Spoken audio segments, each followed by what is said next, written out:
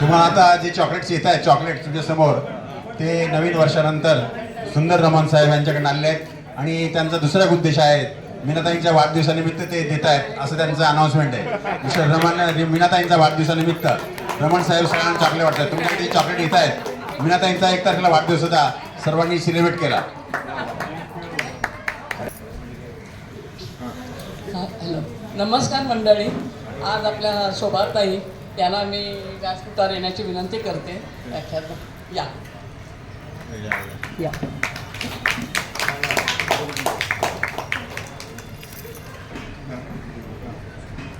Hello, नमस्कार मंडळी. सर्वप्रथम आपण शोभाताईंचे स्वागत करूया. ते आरतीताई पुष्पगुच्छ देऊन त्यांचं स्वागत करतील.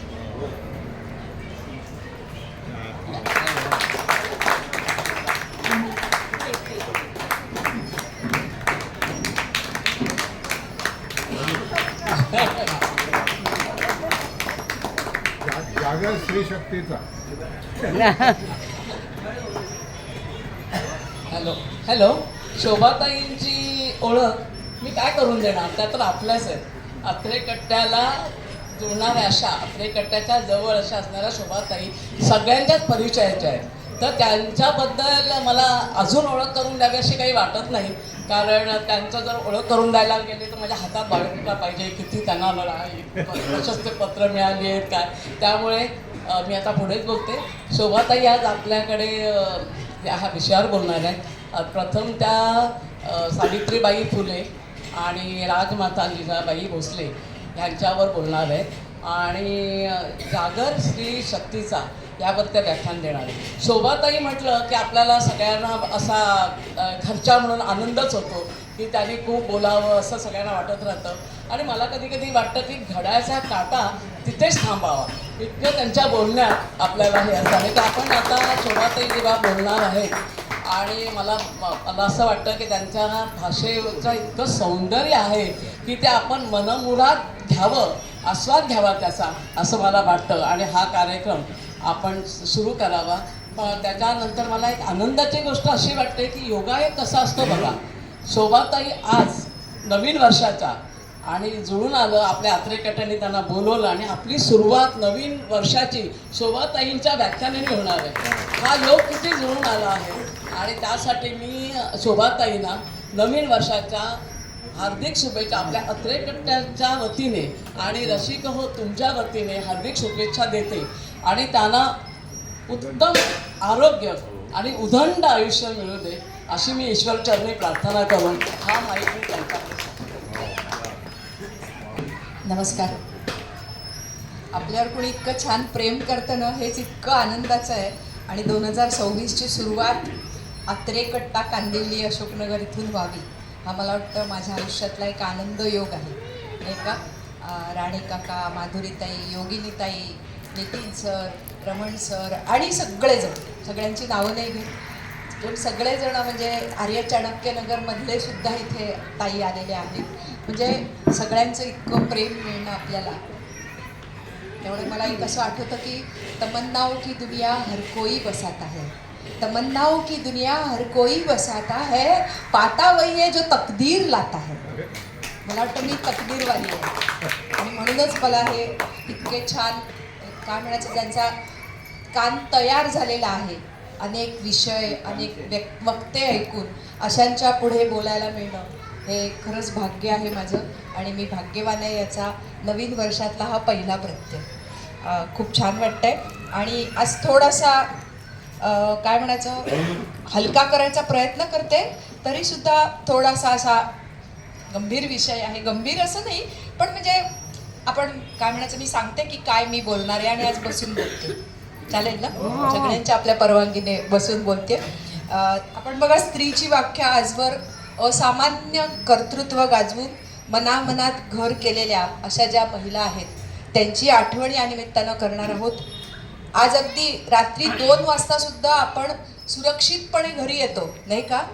आणि याचं कारण काय, कारण अनेक जणींनी आपल्या आधी त्यांनी केलेला असीम त्याग, ज्याला सीमा नाही आहे असा केलेला त्याग, जिद्दीचा आणि कष्टाचा आलेख चितारताना रूढी, परंपरा आणि कुप्रथांनी त्यांचा घेतलेला बळी आणि तरीही इतकं सगळं असून सुद्धा कार्यकर्तृत्वाचा हिमालय कसा उभा केला आणि मग पद्मश्री असेल, मॅक्सेसे असेल, अशा अनेक सन्मान देणाऱ्या, आणि आपण त्यांच्याबद्दल बोलणार आहे. आणि आज आपण घरी जाताना सगळ्या ह्या महिलांनी काय बरं घरात इथून घेऊन जायचं ते पण थोडंसं सांगणार आहे. आणि ह्या सगळ्या पाऊलखुणांचा आलेख म्हणजे जागर स्त्री शक्तीचा असं सादर करायचा प्रयत्न करते. तेव्हा आशयगंध प्रस्तुत जागर स्त्री शक्तीचा. त्यामुळे स्त्रीची व्याख्या असेल की स्त्री म्हणजे कोण, इथपासून सगळं बोलायचा प्रयत्न करणार आहे. आपण ज्या वेळेला वुमन म्हणतो त्यावेळेला WOMAN याचं थोडक्यात अगदी सांगते. वंडरफुल मदर, अलौकिक माता, आउटस्टँडिंग फ्रेंड म्हणजे चाकोरी बाहेरची मैत्री किंवा असामान्य अशी मैत्री, मार्वलस डॉटर बहारदार मुलगी, ॲडोरेबल सिस्टर आदरणीय किंवा पूज्य अशी बहीण, आणि nicest gift to men from god म्हणजे परमेश्वराकडून पुरुषांना मिळालेली संस्मरणीय भेट म्हणजे स्त्री असं म्हटलं तर. आणि उदाहरणाने पटवून देणार आहे. अगदी पहिलंच उदाहरण सांगते की अमेरिकेचे माजी अध्यक्ष बराक ओबामा, त्यांच्या पत्नी मिशेल. आपल्याला माहिती आहे की बराकजींना धूम्रपानाचं व्यसन होतं आणि या सवयीबद्दल एकदा त्या जाहीरपणे, मिशेलजी म्हणजे मी हाय कोलीवर नाचल्या होत्या ना, त्या जाहीरपणे बोलल्या. आणि मग पत्नीच्या भीतीमुळे ओबामांनी कायमचं धूम्रपान सोडलं. आणि म्हणूनच स्त्रीला काय म्हणतात, व्हील ऑफ फॅमिली म्हणजे कुटुंबाचं गतिमान असलेलं असं चक्र आहे. ओशन ऑफ नॉलेज, ज्ञानाचा महासागर म्हणजे स्त्री. मिरर ऑफ चिल्ड्रन, मुलांचं प्रतिबिंब आईतच दिसतं किंवा आईच्या प्रतिबिंब मुलांच्यात दिसतं. ॲड्रेस ऑफ लव्ह, प्रेमाचं प्रतिनिधित्व करणारी. आणि नेव्हिगेटर ऑफ लाईफ बोट म्हणजे जीवन नौकेचं सुकाणू जिच्या हातात असतं ना, ती म्हणजे स्त्री. पटतंय? आणि म्हणून परत एकदा बराकजींचं उदाहरण देते. एकदा बराक आणि मिशेलजींना एकदा एका ठिकाणी जेवायला, अर्थात त्यांचं आपल्याला माहिती आहे सगळ्यांना पार्टी हा प्रकार कसा असतो, तसं पार्टीला बोलवलेलं होतं. आणि तिकडे गेल्यानंतर कळलं की ज्याने ते जेवण वगैरे अरेंज केलेलं होतं तो अगदी जवळचा मिशेलजींचा मित्र होता. अगदी लहानपणापासून खास मित्र होता. भेटल्यानंतर मित्राबरोबर गप्पा झाल्या आणि पार्टीहून गाडीतनं परतताना बराक म्हणाले, बरं झालं तो तुझा मित्र तुझा नवरा झाला नाही, नाहीतर तुला प्रेसिडेंटची बायको होता आलं नसतं नाही का.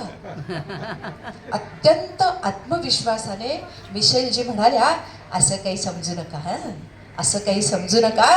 त्याच्याशी जर माझं लग्न झालं असतं ना तर तोही प्रेसिडेंट झाला असता, एवढं नक्की.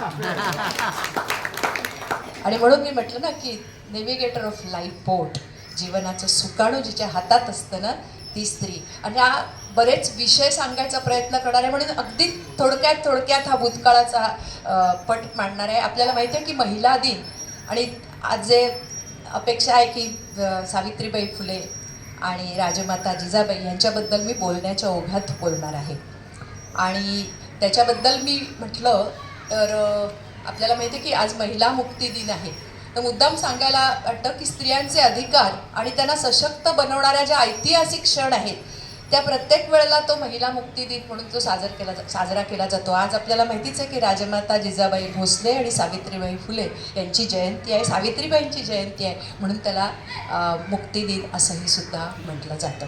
आपल्याला माहिती असेल 8 मार्च 1857ला न्यूयॉर्कमध्ये एका कापड गिरणीमध्ये शेकडो कामगार स्त्रियांनी 10 तास लढा दिला. आणि त्याच्यावर कशासाठी तर माणुसकीचे साधे नियम असावे त्याच्यासाठी. आणि त्यांच्यावर लाठीमार झाला, मारपीट झाली आणि त्याच्यातनं लढा झाला. आणि मग तो झाल्यानंतर या लढ्याला जगभरातनं पाठिंबा मिळाला. आणि 8 मार्च 1910 पासून आंतरराष्ट्रीय महिला दिन आपला साजरा केला जातो.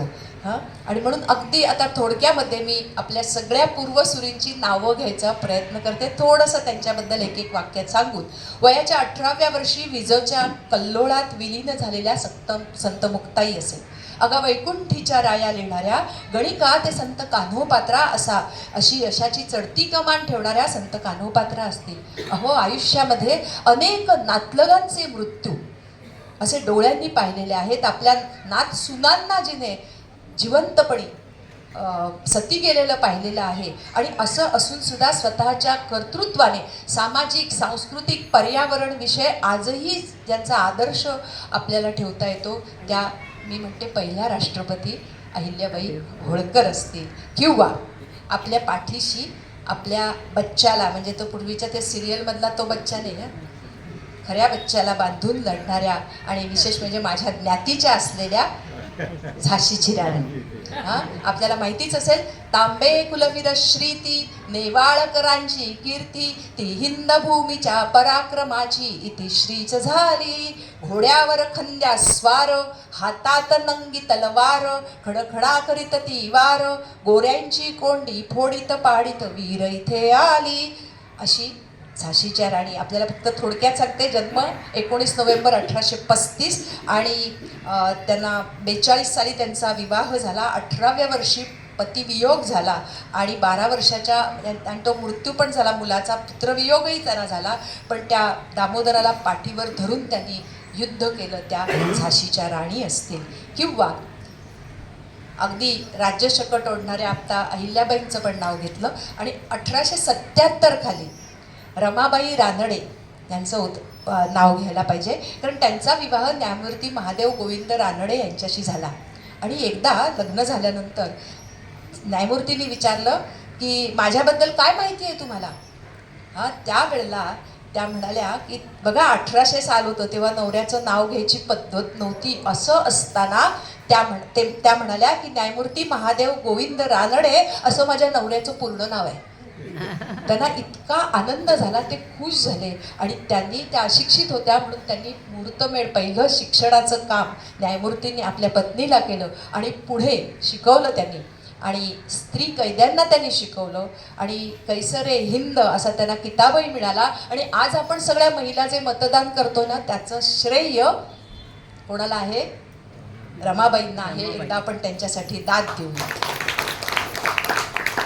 अशा आणि अगदी वेद काळापासून गार्गी, मैत्रेयी ज्या वेदविद्या पारंगत होत्या, किंवा महाभारत काळामधली गांधारी असेल, द्रौपदी असेल, किंवा सूर्याचं तेज उदरात घेणारी कुंती असेल. मला इथे फक्त थोडंसं सांगावंसं असं वाटतं की आपल्याला माहिती असेल की कुंतीपुत्र सूर्याचा पुत्र असं मानलं जातं. म्हणजे व्यासोच्छिष्टम जगत सर्वम असं जे म्हटलं जातं ते किती खरं आहे. तर कुंती म्हणजे गर्भवती झाली, हे जर IVF टेक्निक असेल तर इन विट्रो फर्टिलायझेशन, म्हणजेच आपल्या सोप्या भाषेत टेस्ट ट्यूब बेबी असं म्हणतात, त्या प्रकारे होतं. आणि म्हणूनच व्यासोच्छिष्टम असं म्हटलेलं आहे. किंवा संत साहित्यातला मीराबाई असेल, जनाबाई असेल, तुकारामांची आवली असेल, भक्तिमार्गात ज्यांनी आपल्या केला, पण तो कर्मयोगातनं भक्तिमार्ग कसा साध्य केला ते असेल. आणि आज ज्यांची आपण आठवण काढावी त्या जिजाबाई. त्यांच्याबद्दलचा एक किस्सा सांगते की जिजाबाईंनी स्वराज्याचं तोरण ज्यांनी उभारलं, त्या शिवबांना त्यांनी घडवलं, त्या जिजाबाईंबद्दल सांगते. की आई कशी असावी त्याच्याबद्दल सांगते. की शिवबा छोटा होता त्यावेळेला समर्थ रामदासांनी त्याला बोलवलंय असा निरोप आला. समर्थांनी बोलवलंय म्हटल्यानंतर आई खुश झाली आणि आईपेक्षा लेक खुश झाला. मोठ्या उत्साहानं समर्थांना भेटायला गेला शिवबा. छोटा शिवबा, शाळेत असलेला, म्हणजे शिक्षण चालू असलेला शिवबा गेला. आणि तिथून परत आल्यानंतर थोड्या वेळाने परत आला, काहीसा नाराज असलेला, मान खाली घालून परत आला. का रे, भेटले नाहीत का समर्थ तुला? हो भेटले ना, बघ बघ मला काय भेट दिले. हातामध्ये त्याच्या भेट होती. काय दिलं होतं त्यांनी? खडे, माती आणि घोड्याची लीद. आजची आई असेल ते म्हणायचे असं गिफ्ट देता का कधी? चांगलं गुलाबी कागदात बांधून द्यायचं असतं नाही का, असं म्हणणारी आजची आई. पण आपल्या मुलाला नाराज झालेलं पाहून जिजाबाई म्हणाल्या, बाळा अरे समर्थांनी केवढा मोठा विचार करून तुला भेट दिली आहे. म्हणजे काय आई? मासाहेब म्हणजे काय? तेव्हा त्या म्हणाल्या की तुला त्यांनी खडे दिले आहेत म्हणजे तुझ्या पराक्रमाने तू मोठ्या मोठ्या पर्वत रांगा काबीज कराव्यास असं त्यांना वाटतंय.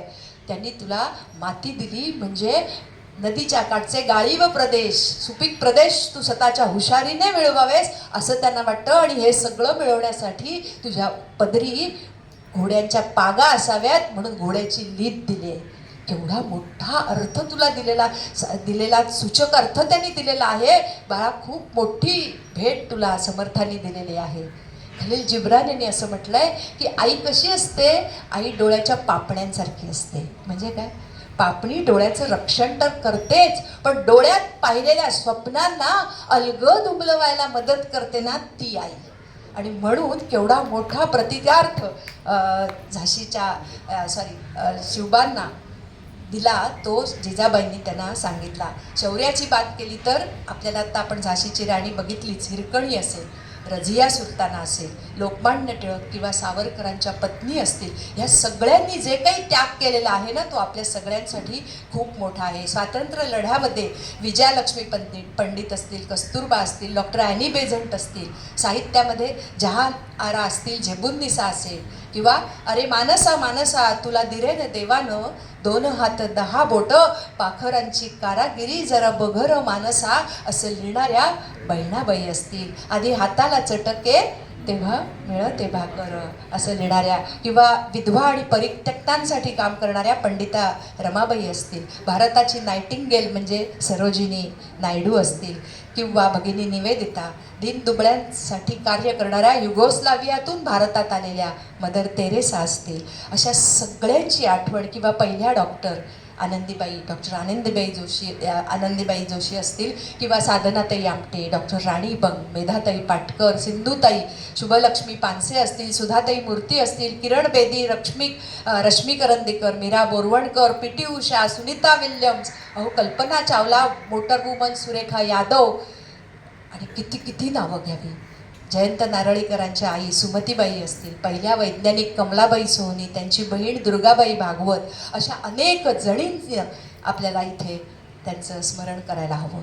350 वर्षापूर्वी समर्थ रामदासांनी बालविधवांना मठपती केलं होतं.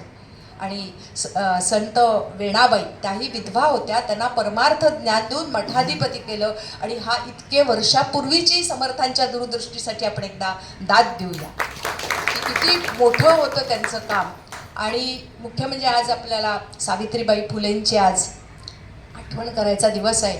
आणि आपल्याला सगळ्यांना माहिती आहे की 1948 साली भिडेवाड्यामध्ये पहिली शाळा स्थापन करणाऱ्या, म्हणजे महाराष्ट्रात जिथे महिला शिक्षणाची मुहूर्तमेढ रचली गेली, त्या सावित्रीबाई. त्यांचे अनेक म्हणजे पापभिरू, खूप कष्ट करणाऱ्या, कामात व्यग्र असणाऱ्या जरी असेल, त्यांच्या एक लहानपणीची एक छोटीशी आठवण सांगते की एकदा जत्रा होती गावामध्ये, आणि छोटी सावित्री जिलबी अशी हातात घेऊन खात खात त्या चालल्या होत्या. तेवढा ते गोरा अधिकारी आला आणि त्याने सांगितलं, मुली रस्त्यात असं खाऊ नये बाळा. आजची मुलगी असती तर काय म्हणाली असती, पण सावित्रीबाईंनी ते सांगितलं आणि माझं चुकलं म्हणून चूक कबूल केली. आणि आजच्या काळातली सॉरी त्यांनी मराठीत म्हटलं. हा समजूतदारपणा पाहून गोरा अधिकारी खुश झाला आणि त्याने बिस्किटाचा पुडा आणि एक पुस्तक छोट्या सावित्रीला दिलं. तेव्हा ती म्हणाली, मला वाचता येत नाही. त्याच्या म्हणाला, वाचता येत नसेल तर चित्र तरी पहा, तुला आनंद होईल असं सांगणारे तो गोरा अधिकारी होता. मला वाटतं कुठेतरी coming events cast their shadows forth असं जे म्हणतात ना, ते मला वाटतं सावित्रीबाईंच्या बाबतीत त्या गोऱ्या अधिकाऱ्याला कळलं असावं. अनेक उदाहरणे, किंवा सावरकरांच्या पत्नी, चूल बोळक्याचा संसार सगळेच करतात ना, कावळा चिमणीची सुद्धा करतात. आपला संसार वेगळा आहे असं स्वातंत्र्यासाठी आपलं संसार तोललेला आहे, स्वातंत्र्याच्या मुहूर्तमेढीसाठी असं म्हणणाऱ्या सावरकरांच्या पत्नी असतील. आणि अशी अनेक उदाहरणं आपल्याला सांगता येतं. आणि म्हणूनच ह्या सगळ्यांचं आयुष्य बघितल्यानंतर एक बाबा आमट्यांचं वाक्य आठवतं की ह्या सगळ्यांनी एक आपल्या आयुष्याचं ध्येय ठरवलं होतं, आणि ते ध्येय पूर्ण करण्यासाठी जो काही असीम त्याग केला तो खूप मोठा होता. आणि म्हणूनच मला एका आईची आठवण होते. एका आईला 7 पुत्र होते आणि तिचा पती होता. तिचा पती तर आधी युद्धात मारला गेला, 7 पुत्र मारले गेले. 7वा ज्या वेळेला गेला ना, त्यावेळेला सैन्याचा जो असतो सेनापती, तो घरी तिला भेटायला आला. तेव्हा तिला एकदम भरून आलं. तर तेव्हा ती डोळे पुसत म्हणाली की तुम्हाला काय वाटतं की माझा 7 मुलगे गेले म्हणून मी रडते आणि 7वा मुलगा गेला म्हणून मी रडते? नाही हो, आता तुम्हाला देशासाठी द्यायला माझ्याकडे कोणी उरलं नाही आहे आणखीन, याचं मला वाईट वाटतं. अशी आई आणि किंवा असे आपल्या देशामध्ये घडलेली माणसं आहेत. आणि आपल्याला एक छोटंसं उदाहरण सांगते की केनियामध्ये ओशवाल नावाची एक जात आहे, एक जमात आहे आणि त्या जातीची खूप भरभराट झालेली आहे. याचं कारण का, तर त्यांचं तत्त्व काय माहिती आहे काय, my wife is my wealth, my wife is my wealth. आणि थोडंसं इंग्लिशमधनं आहे ते सांगते. If you give a woman small seed she will give you a bouncing baby. If you give her love she will adore you. If you give her respect and honor, she will worship you. If you give her time, she will give you lifetime. If you give her money, she will give you an investment. If you give her पुढचं ते slaps वगैरे, life will slap you back वगैरे असं सगळं आहे. Believe in my wife, my wealth and principal and prosper असं बाईबद्दल म्हटलं जातं. हे खूप छान आहे नाही का. आणि म्हणून काही थोडीशी आता चालू काळात, ही सगळी आपण पाठची उदाहरणं सांगितली, आता थोडीशी या काळातली अगदी थोडक्यातली उदाहरण सांगते. कोल्हापूर जिल्हा गडहिंग्लज गाव, तिथे एक 70 वर्षाची महिला पूर्ण वेळ नाभिक व्यवसाय करते. नाभिक म्हणजे केस कापणं. खरं असं झालं की 12व्या वर्षी तिचं लग्न झालं आणि 30मध्ये तिचा नवरा गेला. पदरात 4 मुली, घरात म्हणजे शेतजमीन वगैरे होती, पण आता आपल्याला माहिती आहे की घरातल्या सगळ्या कर्तृत्ववान माणसांनी ती सगळी जमीन बळकावली. आता उदरनिर्वाह, मुलींचं पोट कसं भरायचं, आणि म्हणून तिने नाभिक व्यवसाय, केशकर्तन वगैरे सुरू केलं. परंतु एक तर विधवा बाई त्या काळातली, आणि त्याच्यात नवरा गेलेला आणि केस कापते, कोण येणार. पण त्या गावचा जो सरपंच होता हरिभाऊ कडूकर, त्याने एक दिवस असं गंमत केली की त्याने गावातला जो चौक असतो ना, जिथे सगळे लोक नेहमी भेटत असतात, तिथे सगळ्या गावाला बोलावणं दिलं. आणि सगळे लोक जमल्यानंतर सगळ्यात शेवटी शांताबाई यादव या बाईला बोलवलं आणि मध्ये बसून त्याने माझी केस आणि दाढी करा असं त्यांना सांगितलं. सगळेजण अवाक की हे काय चाललंय. पण हे सगळं झाल्यानंतर मग तिने सांगितलं की एक बाई, एक महिला आपल्या पोट भरण्यासाठी इतकी धडपड करते, तर आपण सगळ्यांनी तिला साथ दिली पाहिजे असं सांगितलं. आणि जे काही त्याचं सुरू झालं तिचा व्यवसाय, त्याला अंत नाही. हे त्या सरपंचाचं यश आहे. आणि आपल्याला माहिती असेल, अजय पूर्णे नावाच्या एका दिग्दर्शक किंवा निर्मात्याने ह्या घटनेवर आधारित बलूत नावाचा लघुपट केला, ज्याला अनेक पुरस्कार पण मिळाले. आपण दाद देऊया या शांताबाईंसाठी. आणि शिवराय घडले त्याचं किती म्हणजे आज मुद्दाम जिजाबाईंचं आहे ना, जिजाबाईंचं कर्तृत्व सांगण्यासाठी एक मुद्दाम शाहिस्ते खानाच्या डायरीतला एक प्रसंग सांगणार आहे. शाहिस्ते खान रोज डायरी लिहायचा. त्याला शाहिस्ते खान बुर्जी असं म्हटलं जायचं. आणि त्यात शिवराय, त्या अनेक प्रसंग त्यात त्याने, रोजनिशीच होती ती, ते लिहायचा. तर त्याच्यात एक असा प्रसंग नमूद केला आहे की तो लिहितो की शिवराय आले, जसं तुफान वाऱ्यासारखं येतं तसं लाल महालातून आले आणि निघून गेले. धडाधड आले ते, तलवार परजत आले आणि गेले. काही वेळाने गोंधळ थांबला आणि मग शाहिस्ते खानाची एक बहीण होती, ती धावत धावत खानाजवळ आली आणि म्हणाली, भाईजान भाईजान भाईजान, मेरी बेटी लापता है, मेरी बेटी लापता है भाईजान. त्यावेळी आपली बोटं छाटलेला शाहिस्ते खान स्मितहास्य करत म्हणाला, शिवाजीची माणसं तिला पळवणार तर नाहीतच, पण जरी त्यांनी पळवलं तरी तू बेफिक्र राहा, कारण शिवाजी राजा पोटच्या लेकीसारखी तिची काळजी घेईल. म्हणजे शत्रूला सुद्धा, दुश्मनाला सुद्धा विश्वास वाटावा त्याच्या चारित्र्याबद्दल, असं शिवाजी महाराजांचं चारित्र्य कोणी घडवलं त्यांचा आज स्मृतिदिन आहे. म्हणून आपण आज हा विषय घालतोय. आणि खरं सांगायचं तर ती जी भाईजानवाली जी होती ना मुलगी, ती तिथेच पिंपात लपून बसलेली होती.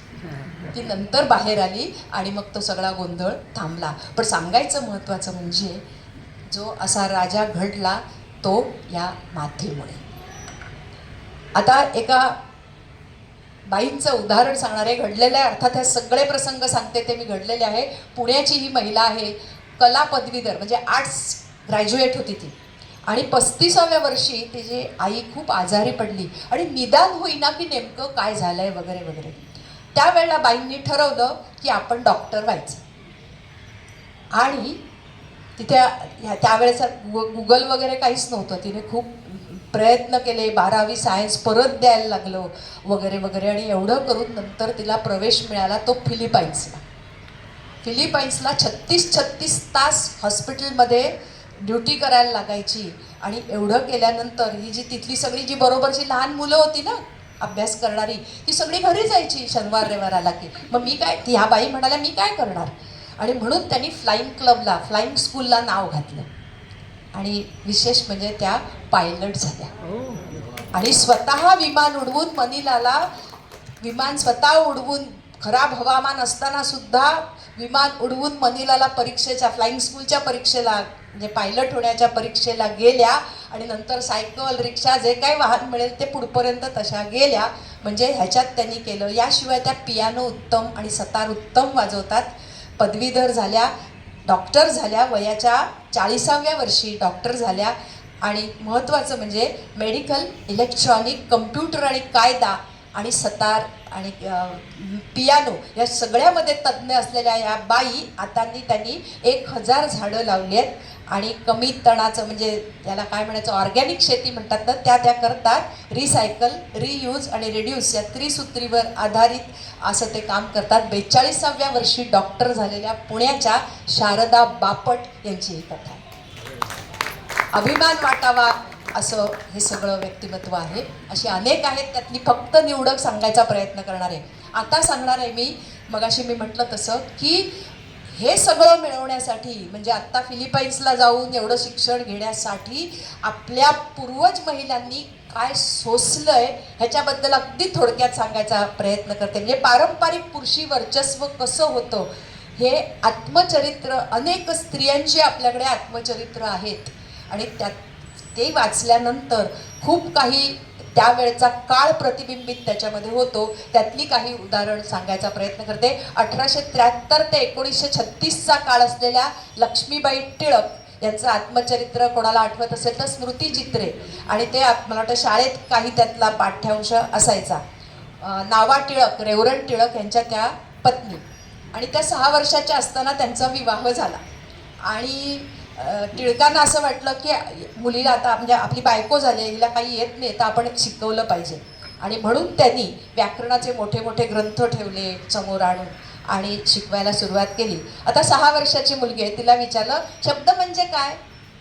ती मुलगी हसत हसत म्हणाली शब्द म्हणजे शब्द. जो काही डोक्यात राग गेला त्यांनी टराटरा सगळी आणलेली पुस्तकं आणली ती शिकवायला. तिला ती सगळी फाडली. नुसती फाडलीच नाही तर त्याला काडी लावून आग लावून टाकली. म्हणजे पत्नीला उत्साहाने शिकवायला निघालेल्या पुरुषाला स्वतःतलं पारंपरिक वर्चस्व आणि पुरुषी प्रतिमेतनं बाहेर यायला कसा वेळ जात होता ह्याचं हे बोलकं उदाहरण आहे. पुढचं एक आहे की सरस्वतीबाई अकलूजकर यांचं एक आत्मचरित्र आहे, आठवणी काळाच्या माणसांच्या. त्यातला एक हा प्रसंग सांगते की पुण्यासारख्या ठिकाणी शाळेचं शिक्षण घ्यायचं. 1925 सालचं हे सांगते, प्रसंग सांगते, म्हणजे किती जुनं आहे बघा. तर पुण्यासारख्या ठिकाणी शाळेचं शिक्षण घ्यायचं हे सगळीकडे थोडं थोडं सुरू व्हायला झालं होतं. आणि पुण्याला हुजूर पागा म्हणून जी शाळा आहे ती मुलींची आहे. आणि त्या शाळेच्या समोरच नूतन मराठी विद्यालय, नुमवी, मुलांची शाळा आहे. असं व्हायचं की दोन्ही शाळांची सुटायची वेळ एकच होती. आणि मग गंमत अशी व्हायची की तिथली मुलं मग मुलींच्या छत्र्यांवरची नावं वाचायची मोठ्याने, त्यांची काहीतरी चेष्टा मस्करी करायची, मोठ्या मोठ्याने काहीतरी बोलायचं, हसायचं, वात्रटपणे पुटपुटायचं वगैरे असं व्हायचं. मग सगळ्या पालकांनी तक्रार केली, आधी शाळेत मुलीला पाठवायचं नाही, त्यात पाठवल्यानंतर हे असं. आणि म्हणून मग सगळी कमिटी बसली दोन्ही शाळांची. आणि निर्णय काय झाला की हुजूर पागा शाळा अर्धा तास आधी सुटेल. नुकसान कोणाचं झालं? मुलींचं. मुलांचं काही झालं नाही. म्हणजे स्त्री शिक्षण जरी चालू होतं तरीसुद्धा त्याच्यात अडथळे किती होते हे खूप महत्त्वाचं आहे. आता एकाचं सांगणार आहे, भवानी ते संजीवनी नावाचं आत्मचरित्र आहे. शांताबाई रावखंडे या बाईंचं आहे. अनुसूचित जमातीतल्या शांताबाई होत्या आणि त्यांचे पती होते भिक्खू. त्यांचं नाव होतं भिक्खू. आणि ते स्वतः मॅट्रिक झालेले होते. आणि त्यांना असं वाटायचं की शांताबाईंना पण शिकवावं. आणि शांताबाईंनाही वाटायचं की मला इंग्रजी शिकायचं आहे, म्हणून त्यांनी इंग्लिशच्या क्लासला त्या काळात घातलं. तळखडकरांची ह्याची व्याकरणाची पुस्तकं आणून दिली. आणि ती झाल्यानंतर ते सगळं बघितल्यानंतर क्लासला जायला लागल्यानंतर तू शिकवतोयस ते शिकव, कर तिला मड्डम, असं आईचे बोलणी आणि हो तिचा नोकर अशी रोज बोलणी भिकूंना खायला लागायची. पण एवढं असलं तरी सुद्धा शांताबाईंनी आपलं काही सोडलं नाही. आणि विशेष म्हणजे त्यांनी महिलांच्या शिक्षणदानासाठी आपलं उभं आयुष्य वाहून घेतलं. एकदा आपण दाद देऊया ह्या त्यांच्या त्यागासाठी. आपल्याला सगळ्यांना फास्टर फेणे माहिती असेल, भारा भागवत. त्यांच्या पत्नी बालसाहित्यिका लीलावती भागवत त्यांच्या आयुष्यातला हा एक प्रसंग सांगते. त्या काळात शाळेत पाठवायचे, पण कॉलेजमध्ये लावून काय दिवे लावणार आहेस अशी सतत भीती असायची पालकांच्या मनात, म्हणून ते पाठवायला तयार नव्हते. आणि लीलावतीला कॉलेजमध्ये जायचंच होतं. मोठा वाडा होता आणि वडील त्यांना अनुमतीवाले होते, परंतु काका होते ना, ते ज्या दिवशी पहिल्यांदा लीलावती कॉलेजला जाणार होती त्यावेळेला जिन्यावर असा मोठा दांडका आडवा ठेवून बसले होते, बघू कशी जातेस आता ती. मग वडिलांनी बाजूला घेतलं तिला, लीलावती तुला खरंच कॉलेजला जायचं आहे का? त्या म्हणाल्या हो मला जायचं आहे. अगं आपला जिना फक्त 10 फूटच आहे, फार फार 11 फूट असेल. तुला जर जायचंच असेल, एवढी शिक्षणाची ओढ असेल ना, तर मारवरनं उडी खाली आणि जा, असं बाबांनी सांगितलं, वडिलांनी सांगितलं. आणि विशेष म्हणजे लीलावतीने वरनं खाली उडी मारली आणि त्या कॉलेजला गेल्या. म्हणजे शिक्षणाची प्रेरणा ही फक्त बाह्य प्रेरणा नव्हती, तर ती आंतरिक ऊर्जा किंवा आतनं काहीतरी वाटत होतं, हे मला नमूद करावं असं इथे वाटतं. आपण जोरदार दाद देऊया लीलावतीसाठी. पुढे पण एक प्रसंग सांगणार आहे त्यांच्या आयुष्यातला. आता पुढचं आत्मचरित्र आहे मास्तरांची सावली. कोणाचं आहे आठवलं? कृष्णाबाई सुर्वे. कृष्णाबाई सुर्वे म्हणजे भाकरीचा चंद्रवाले नारायण सुर्वे कवी त्यांच्या पत्नी.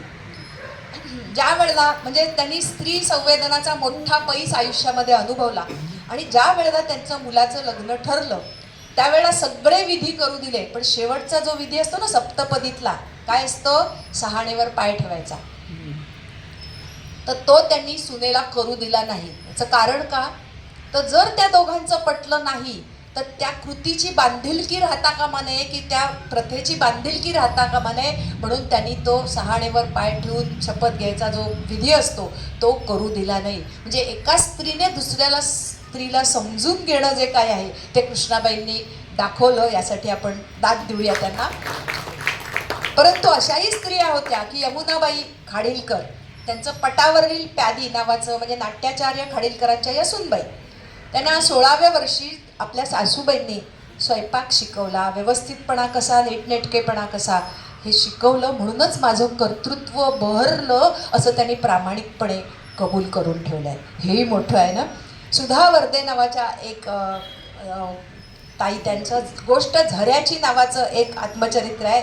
त्याच्यामध्ये त्यांनी आपल्या वडिलांना लिहिलेलं पत्र आहे. त्याच्यामध्ये त्यांनी असं लिहिलं आहे की बाबा तुम्ही आईशी हिटलरसारखे सतत वागत असता, आता आम्हीही मोठ्या झाल्यात तेव्हा आता हिटलरसारखे वागू नका. हे धारिष्ट म्हणजे त्या काळात कशी मानसिक अवस्था होती हे सगळं ह्या आत्मचरित्रातनं आपल्याला कळणं. वाट वळणावळणाची आत्ता जे आपण बघितलं ना लीलावती भागवत, त्यांच्या आत्मचरित्रातलाच एक प्रसंग सांगते. त्यांच्या वडिलांची आई म्हणजे आजी आजोबा जे होते वडिलांकडचे, सुरुवातीला त्यांनी त्यांचा एक प्रसंग सांगितला त्यांनी की सुरुवातीला त्यांचा संसार अगदी खूप छान झाला, पण नंतर 30 वर्ष आजी आजोबा एका घरात राहत होते, पण त्यांनी कधीही एकमेकांचं तोंड बघितलं नाही. आता याचं कारण काय? तर आजोबांची कुणीतरी एक कोपरगावला होती आणि त्यावरून त्यांचं बिनसलं आणि आजी म्हणाली मी पण कुणी एक शोधू का तुमच्यासारखा. ह्या वाक्याने जो काही अपमान नवऱ्याचा झाला की त्यांनी त्याचं प्रायश्चित्त आयुष्यभर भोगलं. कधीही त्यांच्याशी संवाद झाला नाही, परंतु आत्मभान आणि स्वतःचा स्त्री सन्मान त्यांनी शेवटपर्यंत सांभाळला. हे खरंच खूप मोठं कौतुकाची गोष्ट आहे त्या काळात. त्यानंतर आपल्याला म्हणजे नावं सांगायची म्हणजे अनेक मिटलेली कवाडं म्हणून मुक्ता सार्वगौड यांचं आत्मचरित्र आहे. मी हे सांगितलंच पाहिजे असं शिलावती कितकरांचं पुस्तक आहे. दुर्दैवाशी 2 हात असं सरोजनी शारंगपाणी यांचं पुस्तक आहे. परंतु मला नमूद करावं असं वाटतं म्हणजे स्वामीकार रणजित देसाईंच्या पत्नी माधवी देसाई ज्यांचं पुस्तक आहे नाच ग घुमा. ताईंसाठी टाळ्या वाजवा, लगेच सांगितलं. वेळेवर आठवणं ही बुद्धिमत्तेची चुणूक आहे. हां, तर माधवी देसाई ज्या वेळेला लग्न झालं त्यावेळेला त्यांच्या पहिल्या पत्नी सुनंदा त्या जिवंत होत्या आणि त्यांना मानसिक काही त्रास झाला होता म्हणून त्या येरोड्याच्या मेंटल हॉस्पिटलमध्ये होत्या आणि वाड्यातली एक खोली कायमची बंद असायची. ती त्यांनी उघडायला लावली, ती स्वच्छ करायला लावली. तिथे त्यांचा फोटो लावला मनाविरुद्ध, रणजितजींच्या मनाविरुद्ध. हॉस्पिटलचं बिल थकलेलं होतं, ते सगळं बिल त्यांनी दिलं आणि ह्यांचं लग्न झाल्यानंतर 22 वर्ष त्या जिवंत होत्या. असं असलं तरीसुद्धा त्यांनी लिहिलं आहे की मी जरी माझी सवत होती ती तरीसुद्धा एक स्त्री म्हणून मी त्यांना समजून घेण्याचा त्यांची भेट घडवली. रणजित देसाई आणि त्यांची सुनंदाबाईंची भेट घडवली. हे सगळं माधवीताईंनी केलं. तेव्हा त्यांच्या ह्या औदार्यासाठी आपण दाद देऊया की अशी कितीतरी व्यक्तिमत्व आहेत की ज्यांनी खूप काही आपल्या आयुष्यामध्ये केलेलं आहे. आत्ताच्या काळातलं एक उदाहरण सांगते की राणी बंग यांचं उदाहरण सांगते की अनुभवावर आधारित त्यांचं कानोसा नावाचं पुस्तक आहे. त्याच्यामध्ये एक प्रसंग आहे की आपल्याला माहिती आहे की ते दोघंही डॉक्टर आहेत, राणी बंग आणि अभय बंग. तर त्यांच्याकडे एक नवरा बायको आले होते आणि त्यांना मूल होत नव्हतं आणि म्हणून जेव्हा रिपोर्ट केले त्यावेळेला ते दोघंही समोर बसलेले होते पती पत्नी आणि त्या दिवशी रिपोर्ट मिळणार होते. त्या तपासण्या केल्या त्याचे. ती बाई आल्यापासून एक अक्षरही न बोलता मानाशी खाली घालून बसलेली होती आणि डॉक्टरांनी सांगितलं, राणी बंग यांनी सांगितलं की दोष ताई तुमच्यात नाही आहे, तुमच्या नवऱ्यात आहे. त्यावेळेला झटकन मान वर करून तिने एकच वाक्य म्हटलं, आता मी तुम्हाला मारू का? ह्या एका वाक्यामध्ये काय कळलं असेल आपल्याला ते सगळ्यांना कळलंच असेल. सुशीला वैद्य नावाच्या एक 90 वर्षाच्या आजी, त्यांचं पुस्तक आहे एका आजीच्या उचापती.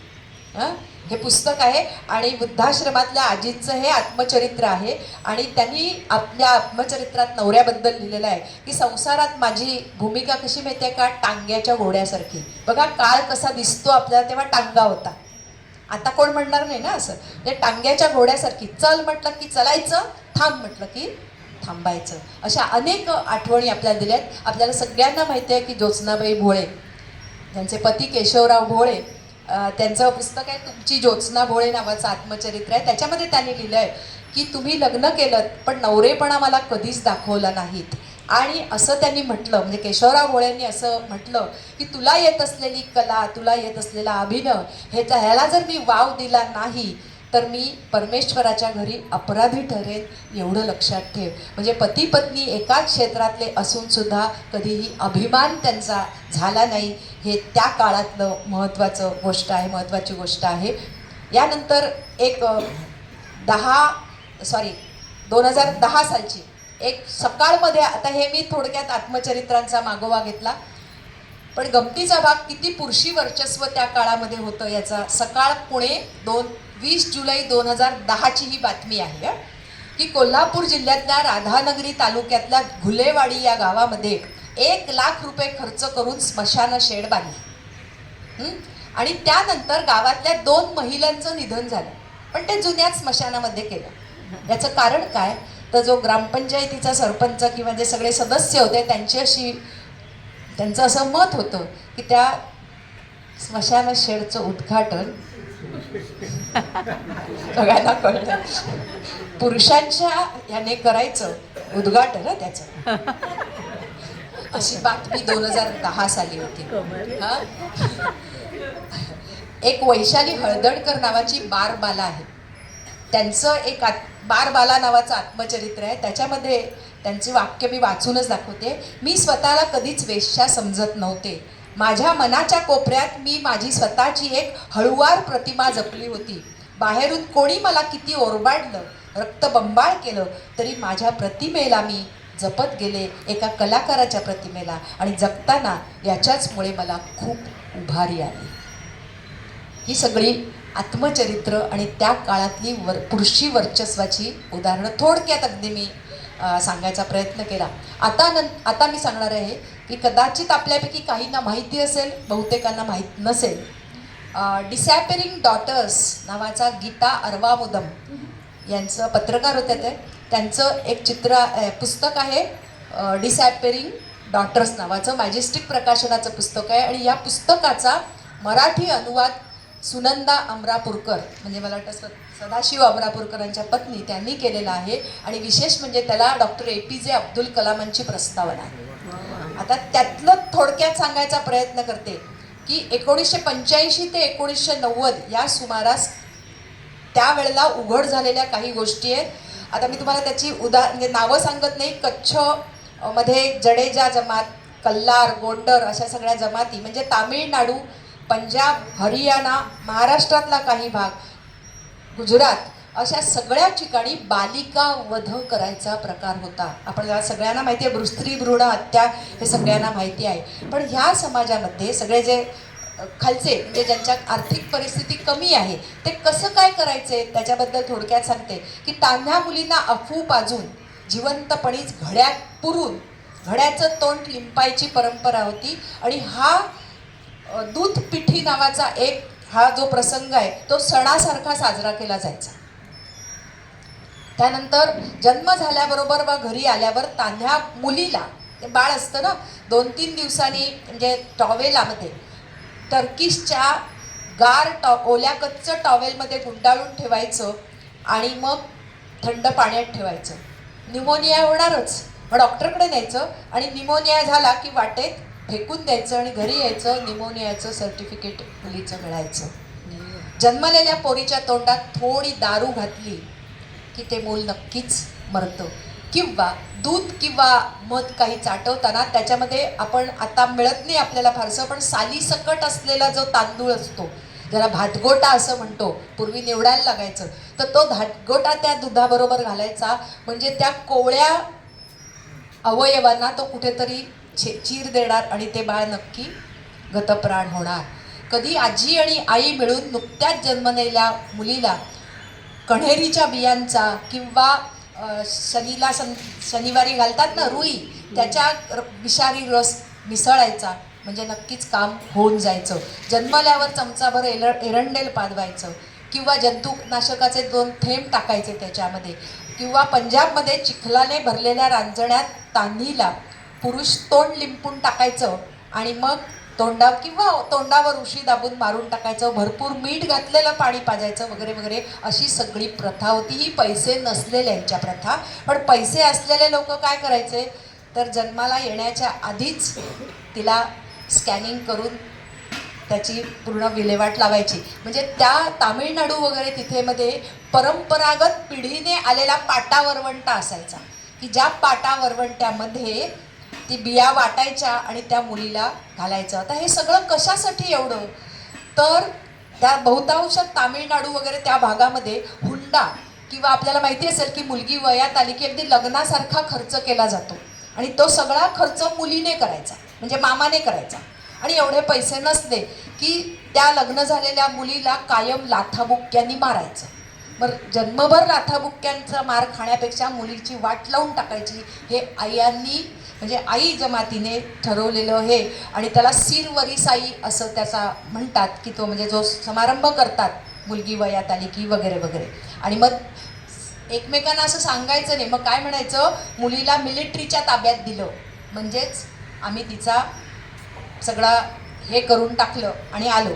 म्हणजे 1984 साली युनिसेफने जे आपला अहवाल जाहीर केला त्यामध्ये 8,000 पैकी 7,999 गर्भ मुलींचे होते आणि त्याचे हे केलं गेलं असं त्यांनी सांगितले. हे पुत्रभुकेले जे NRI असतात ना, म्हणजे नॉन रेसिडेंट इंडियन, अमेरिकेतच गर्भवतीचं स्कॅनिंग करून घ्यायचं, मुलगी असेल तर कायदेशीर गर्भपात भारतात येऊन करायचा, कारण तो स्वस्त आहे याच्यासाठी. पण आता आपल्याला माहिती आहे की आपली परिस्थिती खूप बदललेली आहे. पण खरं सांगायचं तर संशोधकांना गरोदर मातेच्या वाळलेल्या रक्ताच्या डागावरूनही 100% अचूक निदान कळतं की मुलगी आहे की मुलगा आहे. म्हणजे त्यावेळच्या ज्या मंत्री होत्या, तडफदार मंत्री, बालकल्याण मंत्री रेणुका चौधरी, त्यांनी एक वाक्य असं म्हटलं होतं की जंगलातल्या वाघापेक्षा सुद्धा भारतातल्या स्त्रियांना नष्ट होण्याचा जास्त धोका आहे, असं त्यांनी लिहिलेलं होतं. आणि म्हणून एका बाईची फक्त थोडक्यात केस सांगते की त्या बाईचा नवरा बँकेत होता, ही शिक्षिका होती. 2 मुली झाल्या आणि मुलाचा किती हव्यास, 3 महिन्यांनी लिंगचिकित्सा, गर्भपात, असं 8 वेळा झालं. आणि 9व्या वेळेला मुलगा जन्माला आला, पण 2च दिवसांनी बाईला मृत्यूने गाठलं. कारण आणि अनेक वेळा मूल मारण्यासाठी जे काही उपाय केले जातात त्याच्यातनं विकृती मुलात जन्माला आली, हे पण अनेक वेळा झालेलं आहे. थोडासा आहे पण तो हा आपला इतिहास आहे आणि घडलेला आहे, हे सांगायलाच हवं. आणि म्हणून मला एका वृत्तनिवेदिकेचं सांगावंसं वाटतं की तिने ज्या वेळेला तिथल्या एका मुलीवर अत्याचार झाला, बलात्कार झाला, त्यावेळेला तिने असं लिहिलं आहे की घरी जाऊन ती आपल्या 2-2.5 वर्षाच्या मुलीला मांडीवर घेऊन मांडीवर बसवून तिने बातम्या दिल्या आणि सांगितलं की मी नेहमीची आज वृत्तनिवेदिका नाही, तर ह्या मुलीची मी आई म्हणून बोलते. आज दुःख असं झालं की मृतदेह जितका लहान तितका तो पचवायला जड असतो, कारण ती लहान मुलीवर झालेलं होतं. आणखीन एका निवेदिकेचं सांगायला मला, म्हणजे बाईचं धारिष्ट्य म्हणजे काय असतं. सुप्रीत कौर नावाची एक बातम्या देणारी, जिचं नुकतंच लग्न झालं होतं आणि तिला अचानक एक बातमी आली आणि त्या सगळ्या बातमीवरून तिला कळलं की हा जो अपघातामध्ये गेलेला आहे तो माझा नवरा आहे. हर्षद कवाडे त्या मुलाचं नाव होतं, नवऱ्याचं तिच्या. आणि तिने सगळ्या बातम्या धैर्यपणे दिल्या आणि नंतरच तिने चौकशी केली, तेव्हा कळलं की तोच तिचा नवरा होता. आणि म्हणून म्हणजे हे तिचं जे धारिष्ट्य आहे ना, त्याला खरंच सलाम केला पाहिजे. आणि म्हणून नवरा बायकोने एकत्र चहा प्यावा, पण एका कपाने नाही. आणि खलील जिब्रान असं म्हणतात की संसार 2 खांबावरची तोललेली कमान असते. सहजीवनाची कमान तोलणारे जर अति जवळ आले तर काय होतं माहिती आहे आपल्याला, ती कमान कोसळते. आणि म्हणूनच प्रत्येकाने स्वतःची स्पेस किंवा आपलं आत्मभान हे जागं ठेवलं पाहिजे, हे महत्त्वाचं. आणि म्हणून इथे मला इंडोनेशियामध्ये एक सांगायला प्रसंग आवडतो की ज्या दिवशी सर्व मुलांच्या आईवडिलांना शाळेत बोलावलं जातं आणि मुलांना आपल्या आईवडिलांचे पाय धुवायला लावले जातात, कारण मुलांनी आईवडिलांची सेवा करायला विसरू नये. आणि म्हणून आज इंडोनेशियामध्ये एकही वृद्धाश्रम नाही आहे. त्या टाळ्या वाजवूया याच्यासाठी. आणि विशेष म्हणजे आपल्याला माहिती असेल की आपले नेत्ररोग तज्ज्ञ जगातले तात्याराव लहाने, ते अजूनही आईचे पाय दाबल्याशिवाय, ते काय ते त्यांचे भाऊ विठ्ठल लहाने, दोघंही आईचे पाय दाबल्याशिवाय झोपत नाही. त्यांचा नातू आजीची वेणी घालतो, कारण आईबाबांना सेवा करताना बघितलेलं आहे, आडात असेल तरच पोहऱ्यात येतं. आता एक थोडंसं आणखीन वेगळं सांगणार आहे, ते पण कदाचित बऱ्याच जणांना माहिती नसेल. आपल्याकडे डाकीण किंवा चेटकीण नावाची एक प्रथा अजूनही आहे. संध्या नरे पवार म्हणजे नाटककार जयंत पवार यांच्या या पत्नी, त्यांचं पुस्तक आहे डाकीण एक अमानवी प्रथा नावाचं. त्याच्यामध्ये लिहिलेली गोष्ट आहे की सुरुवात अशी झाली की 2003 साली नंदुरबार जिल्ह्यामध्ये केलीबाई पटले नावाच्या एका बाईला डाकीण ठरवलं गेलं आणि तिला छळ करून मारायचा. आता तो छळ कसा केला जातो, तर पण ही प्रथा फक्त आपल्या भारतातच आहे असं नाही, तर विच हंटिंग हे संपूर्ण जगभरामध्ये, अगदी युरोपमध्ये सुद्धा 17व्या-18व्या शतकापर्यंत होतं. आता हे कशासाठी, तर आपल्या जगण्यावर, आदिम जगण्यावर स्त्री जातीचा प्रभाव जास्त आहे. म्हणजे स्त्रीला सृजन शक्ती आहे, नवीन म्हणजे बाळ जन्माला घालण्याचं काम स्त्रिया करतात. तर हे सगळं जर वर्चस्व आहे स्त्रीचं, हे पुरुषांना सहन होत नाही आणि यातून स्त्रीला डाकीण ठरवलं जातं. म्हणजे काही वर्षापूर्वी 1200 स्त्रिया या डाकीण ठरवून त्याला मारण्यात आलं. आता डाकीण म्हणजे कोण ठरवलं जातं, तो गावातला जो भगत किंवा बुडवू असतो तो ठरवतो की ही बाई डाकीण आहे की नाही. पण त्याचे निकष काय, तर साखळदंड तिच्या पायात घालतात आणि साखळदंड जो सुटला नाही चालताना म्हणजे ती डाकीण. आता तो तुमचा घट्ट त्याला मोठे आकडे असलेला असेल, तो कसा सुटेल. मानवी विष्ठा खायला द्यायची आणि उलटी झाली म्हणजे ती डाकीण आहे. किंवा चांभार कुंडातलं पाणी द्यायचं, म्हणजे गाय म्हशीची जी हे असते ना कातडी जी कमावण्यासाठी काढली जातात ती पाण्यात ठेवली जाते, त्याला अतिशय दुर्गंधी येते. आता ते पाणी प्यायल्यानंतर उलटी होणारच ना, मग ती उलटी झाली म्हणजे ती डाकली. आणि मग ह्या डाकिणीचा जो सोहळा असतो त्यावेळेला ह्या डाकिणीच्या ठरवलेल्या त्या डाकिणीच्या बाईला, आता गावात एखादी गोष्ट झाली किंवा काहीतरी दुर्दैवी घटना झाली तर तिचंच काम आहे, खून झाला असेल तर तिनेच केला असं वगैरे ठरवलं जातं. आणि विशेष म्हणजे ह्याच्यासाठी ट्रकमधनं टेम्पोमधनं माणसं गोळा केली जातात तिची विटंबना करण्यासाठी, आणि तो खर्च त्या डाकिणीच्या कुटुंबियांनीच द्यायचा. ही आणखीन एक प्रथा. आणि भगत किंवा जो बुडवू असतो ना ते हे सगळं ठरवतो. आणि मग अंधश्रद्धा म्हणजे किती की नको त्या गोष्टी करून तिला मारायचं आणि शेवटी त्या बाईचा खून करायचा मारहाण करून, आणि तिला हे नको नको ते घाणेरडे करायला द्यायचं, अशी ही डाकिणीची प्रथा आहे. अजूनही आपल्याकडे बुलढाणा परभणीसारख्या ठिकाणी काही ठिकाणी अजूनही होतं. पण असं असलं तरीसुद्धा किती महिलांची नावं सांगू की ज्यांनी आपल्या आयुष्यामध्ये काय वेगळेपण केलेलं आहे. मुद्दाम मला सांगायला आवडेल, मी त्याचा फोटोही आणलेला आहे दाखवायला. खरं तर ती मुलगी राजघराण्यात जन्माला आली, परंतु तिनं आपलं उभं अख्खं आयुष्य कुठे काढलं? जंगलात. कोणाच्या? अहो, ती हत्तीची राणी झाली. म्हणजे पिसाळलेल्या हत्तीला ताब्यात ठेवणं, हत्तीला औषधोपचार करणं, कळपावर नियंत्रण करणं, हे सगळं ती बाई करते. तिचं नाव माहिती आहे कोणाला? नुकतंच त्यांना पद्मश्री पुरस्कार 2024 साली दिला गेला, 71व्या वर्षी. त्यांचं नाव आहे पार्वती बरुआ. जोरदार टाळ्या वाजवूया. उभं आयुष्य हत्तींच्या सहवासात घालवणं, म्हणजे त्यांच्याकडे मोबाईल वगैरे पण नाहीये, कारण ते जंगलातच राहतात. राजघराणा म्हणजे राजवाडा सोडू ना, अशा ह्या पार्वती बरुआ. त्यानंतर एक दुसरे आहेत, म्हणजे बघा घरातला तुमचा प्रॉब्लेम, घरातली अडचण ही वेळ आहे ना हां, ही कशी आयुष्य जगायला प्रेरणा देते याचं उदाहरण म्हणजे सालू मर्दा थिमक्का. सालू मर्दा म्हणजे मल्याळी कन्नड भाषेमध्ये झाडांची रांग. सालू मर्दाला मूल नव्हतं. मूल नाही म्हणून सगळ्या माहिती आपल्याला कसे नावं ठेवतात. आणि आत्ता त्या 1 महिना, मला वाटतं 1-1.5 महिना झाला, 114व्या वर्षी त्या गेल्या. 114 वर्षाच्या होत्या त्या, कारण त्या पूर्ण झाडाच्या सहवासात होत्या. आणि त्यांनी वडाची असंख्य झाडं, 385 सुरुवातीला रोपं लावली आणि त्यानंतर 8000 झाडं लावली.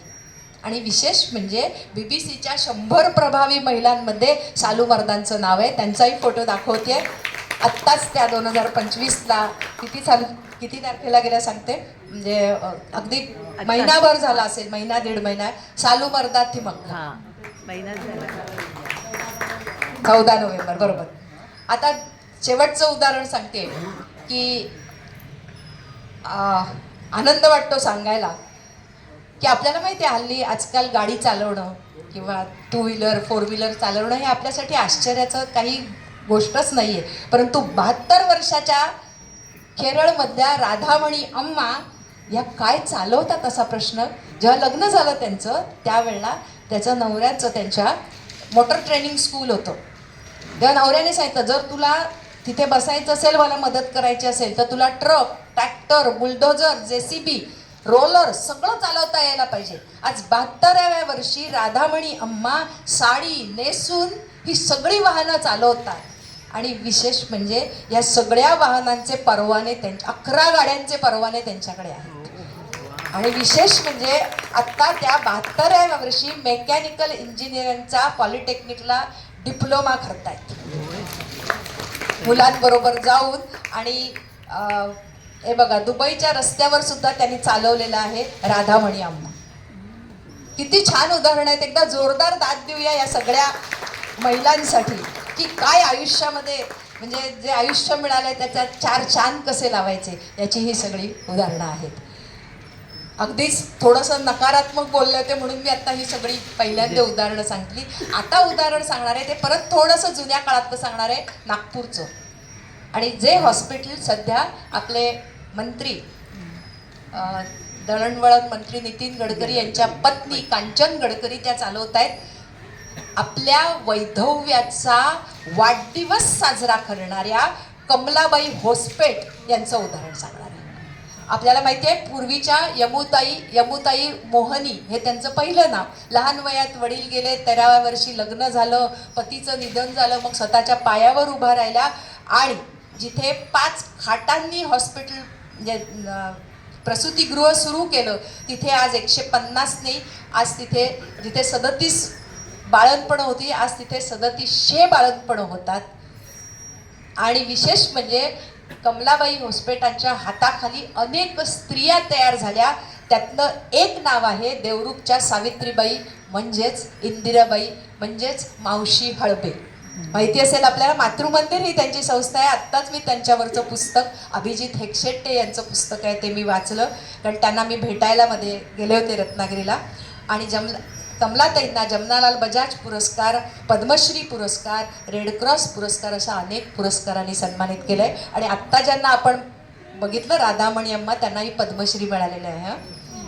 अशा कमलाताई होसपेट यांची आज आठवण झाल्याशिवाय राहत नाही. परत एक थोडंसं नकारार्थी बोलते, अगदी थोडंसं 2 वाक्यात, कारण ते आपलं वास्तव आहे. मध्यंतरी आपल्याला आठवत असेल की 2023 साली वैशाली महाडिक यांचा चतुरंग पुरणीत एक नकुशी नावाचा लेख आला होता. बऱ्याच मुलींचं नाव नकुशी असतं आणि ते बदलून बऱ्याच जणांची ऐश्वर्या, कोमल, सुनीता अशी छान छान नावं ठेवली गेली. हे आजच्या बदलत्या काळाचं मला वाटतं हे आहे. आणखीन एक छोटी प्रथा आहे, ती पण सांगायला मला थोडंसं वाईट वाटतंय पण आहे. फिमेल जेनायटल म्युटिलेशन, FGM म्हणजे स्त्री सुनता ही एक अमानुष प्रथा आहे. ती सुद्धा केली जाते लहान वयामध्ये आणि म्हणजे केवळ आपल्या देशातच नाही जगभरामध्ये ती आफ्रिकी देशात सुद्धा होते आणि 22हून अधिक आफ्रिकी देशामध्ये ही प्रथा चालू आहे. आणि त्याच्यामुळे खूप म्हणजे स्त्रीच्या जे काय म्हणायचं त्याला खाजगी जे भाग असतात त्याचं संबंध नुकसान होतं वगैरे वगैरे. ह्याच्यावर जास्त बोलावं असं मला वाटत नाही. पण हे जरी असलं तरी सुद्धा एक गोष्ट मला सांगावीशी वाटते की चिवट मानसिक शक्ती स्त्रीला निसर्गाने खूप असा सोशिकपणा आणि चिकटपणा दिलेला, चिवट मानसिक स्थैर्य किंवा झगडण्याची वृत्ती निसर्गाने दिलेली आहे. याचं उदाहरण सांगते की आपण माहिती आहे की आत्ता आपण लक्ष्मीबाई टिळकांचं स्मृतिचित्रमधलं उदाहरण सांगितलं, तर ज्या वेळेला त्यांनी ख्रिश्चन धर्म स्वीकारला तेव्हा त्यांनी त्यांचं वाक्य असं आहे की वडीच्या देवळात योगिनी बनून राहावं, विठोबाच्या देवळात तासनतास रडत बसावं आणि माझ्या सगळ्या दिशा, साऱ्या दिशा आणि माझं सगळं जीवन भिंगुळवाणं झालं होतं, असा त्यांनी त्याच्यामध्ये शब्द वापरला आहे जेव्हा त्यांनी ख्रिश्चन धर्म स्वीकारला. परंतु शरीर त्यागावं असं मात्र वाटलं नाही, हे त्यांनी मुद्दाम नमूद करून ठेवलं आहे. बेबी कांबळे नावाचं एक त्यांचं जिणं आमूचं नावाचं आत्मचरित्र आहे. त्याच्यातला एक प्रसंग सांगते. 1.5 वर्षाच्या असताना काही आजार झाला आणि त्या थंडगार पडल्या. मग प्रेताला ते काय पुढे करायचं वगैरे सगळं ते मातीत घालायचं वगैरे ते चालू झालं. आणि मग आई म्हणाली, अहो माझ्या किती मुलांना असं तुम्ही केलं आहे, निदान रात्रभर आहे ना, सकाळी करणार आहात ना, तर रात्रभर माझ्या बाळाला मांडीवर ठेवा, मुलगी ना मांडीवर ठेवा. आणि शरीराची ऊब लागली आणि पहाटे तिने पापण्या हलवल्या. ती बेबी कांबळे जिने आत्मचरित्र लिहिलेलं आहे. आणि मग तिने असं लिहिलं आहे त्या आत्मचरित्रात, खणलेली गार कोंबडा बुजवून टाकली, कोंबडा हे करून काय म्हणायचं घालून, असं त्यांनी त्याच्यामध्ये लिहिलेलं आहे. विशेष म्हणजे आणखीन एक उदाहरण मला सांगायचं हे वाटेल. प्रत्यंच्या नावाचं शोभा फडणवीस यांचं आत्मचरित्र आहे. त्याच्यामध्ये 1941 साली जन्मानंतर त्या रडल्या नाहीत, म्हणजे बाळ रडलं नाही. आता प्रयत्न पुरे त्या म्हणून त्याला मृत ठरवण्यात आलं. एका ट्रेमध्ये त्याला ठेवण्यात आलं आणि त्यांचे वडील जनगणनेच्या कामाला गेले होते. ते येईपर्यंत ते बाळ त्याच्यामध्येच होतं. मध्ये सगळं सामान वगैरे येईपर्यंत अचानक बाळ रडायला लागलं. त्या म्हणजे शोभा फडणवीस. जरा एकदा ह्या जी ती स्त्रीच्या याच्यामध्ये निसर्गाने जे दिलेलं आहे ना, ते खरंच वेगळं रसायन आहे. हिरकणीचं विराट नावाचं सुनीता अरळीकर यांचं एक आत्मचरित्र आहे. त्याच्यामध्ये त्यांची आई ओली बाळंतीण असताना गेली आणि वडिलांना त्या नकोशेत झाल्या होत्या. म्हणून लेकीला म्हणजे त्यांच्या मुलीला जावयानं जिथं जाळलं तिथं जाऊन शोक करण्यात आला आणि तिथं पाण्याने भरलेला असा एक ओला खड्डा दिसला आणि म्हणून त्यांनी माती लोटली होती, ताजी माती दिसत होतं म्हणून ती काढली तर आतमध्ये बाळ होतं आणि ते बाळ म्हणजे सुनीता आरळकर आणि ते जिवंत होतं. आणि म्हणूनच म्हटलं, आणि तो पुनर्जन्म जणू काही झाला. आणि म्हणून मला असं वाटतं की स्त्रीचा जो हा गर्भ आहे तो जात्याच चिवटपणा घेऊनच जन्माला येतो, याची मला वाटतं एवढी बोलकी उदाहरणं आहेत. आणि म्हणून अनुराधा नेरुरकर नावाची एक कवयित्री आहेत आपल्या दहिसरच्या, त्यांची खूप छान कविता आहे. बोललास तू हसलीस की चांदणं बरसतं. मी हसायचं ठरवलं म्हणून. बोललास तू फुललीस की गंध दरवळतो, अरे म्हणून मी फुलायचं ठरवलं. बोललास तू सजलीस की ऋतू बहरतो, अरे म्हणून मी सजायचं ठरवलं. बोललास तू स्वरात तुझ्या विणा झंकरते, म्हणून मी गुणगुणायचं ठरवलं. बोललास तू गिरकीवर तुझ्या जग फिरतं, म्हणून मी भिरभिरायचं ठरवलं. पण तुझ्यात ती माझ्यात बोललास तू, त्यावेळेला मी विरघळायचं ठरवलं. पण जेव्हा बोललास तू माझ्यामुळेच आहेस तू, तेव्हा कळलं की माझं मीपणच मी हरवलंय. मला असं वाटतं की आत्तापर्यंत जी उदाहरणं आहेत त्याचं हे कविता म्हणजे मला वाटतं एक सांकेतिक चित्र आहे असं मला वाटतं. पुढचं एक छोटंसं उदाहरण सांगते. अंजलीबाई कीर्तने यांनी अनेक लघुपट बनवले. आनंदीबाई जोशी, डॉक्टर आनंदीबाई जोशी पहिला डॉक्टर, त्याच्यावर त्यांना लघुपट बनवायचा होता आणि त्या कल्याणला पारनाक्यावर राहायच्या. त्या वाड्यामध्ये सगळं चित्रीकरण करायचं म्हणून त्यांनी ठरवलं होतं. आणि 19व्या शतकातल्या त्या सगळ्या बायका जात्यावर दळतायत वगैरे वगैरे, नऊवारी लुगडं नेसलायत, असं सगळं ते त्यांना चित्रीकरण करायचं होतं. आणि मग तिथल्याच वाड्यातल्या बायकांना जर केलं तर त्यांनी अनुभवलेलं आहे ना थोडं थोडं, म्हणून तिथे करायचं ठरवलं. आणि सगळ्या होत्या, त्यातल्या काही जणी गतधवा होत्या म्हणजे विधवा होत्या. सगळ्यांनी यायचं कबूल केलं. तुम्हाला मंगळसूत्र, छान कुंकू, नऊवारी लुगडं सगळं करायला लागेल. हो येऊ आम्ही केलं. पण ज्या दिवशी तो दिवस आला चित्रीकरण करायचा त्यावेळे कोणीच आलं नाही. आणि त्यावेळेला कळलं की आम्हाला हे खूप म्हणजे त्यांनी असं ठरवलं की खुंटण मिरची, जाशील कैची असे जे खेळ आहेत ना त्याच्यातनं आपण ती पारंपरिकता दाखवू. पण ज्या वेळेला ते करायची वेळ आली त्यावेळेला मात्र कोणीच आल्या नाही. ते आणि आल्यानंतर एक दोन जणी आल्या, मग तुम्ही तिला कुंकू लाव बघू.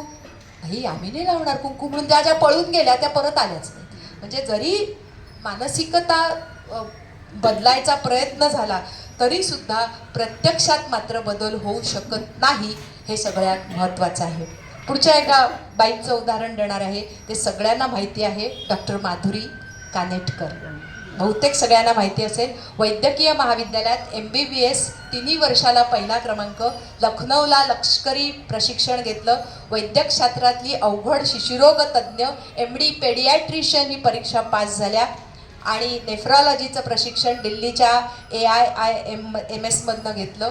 आणि लष्करातल्या पहिल्या प्रशिक्षित पेडियाट्रिक नेफ्रॉलॉजिस्ट म्हणजे पुणे आणि दिल्लीला मूत्रपिंड विकारावर उपचार करणाऱ्या म्हणून इंग्लंडला त्यांनी प्रशिक्षण घेतलं. सिंगापूर रॉयल कॉलेज इंग्लंड इथं त्यांनी प्रशिक्षण घेतलं.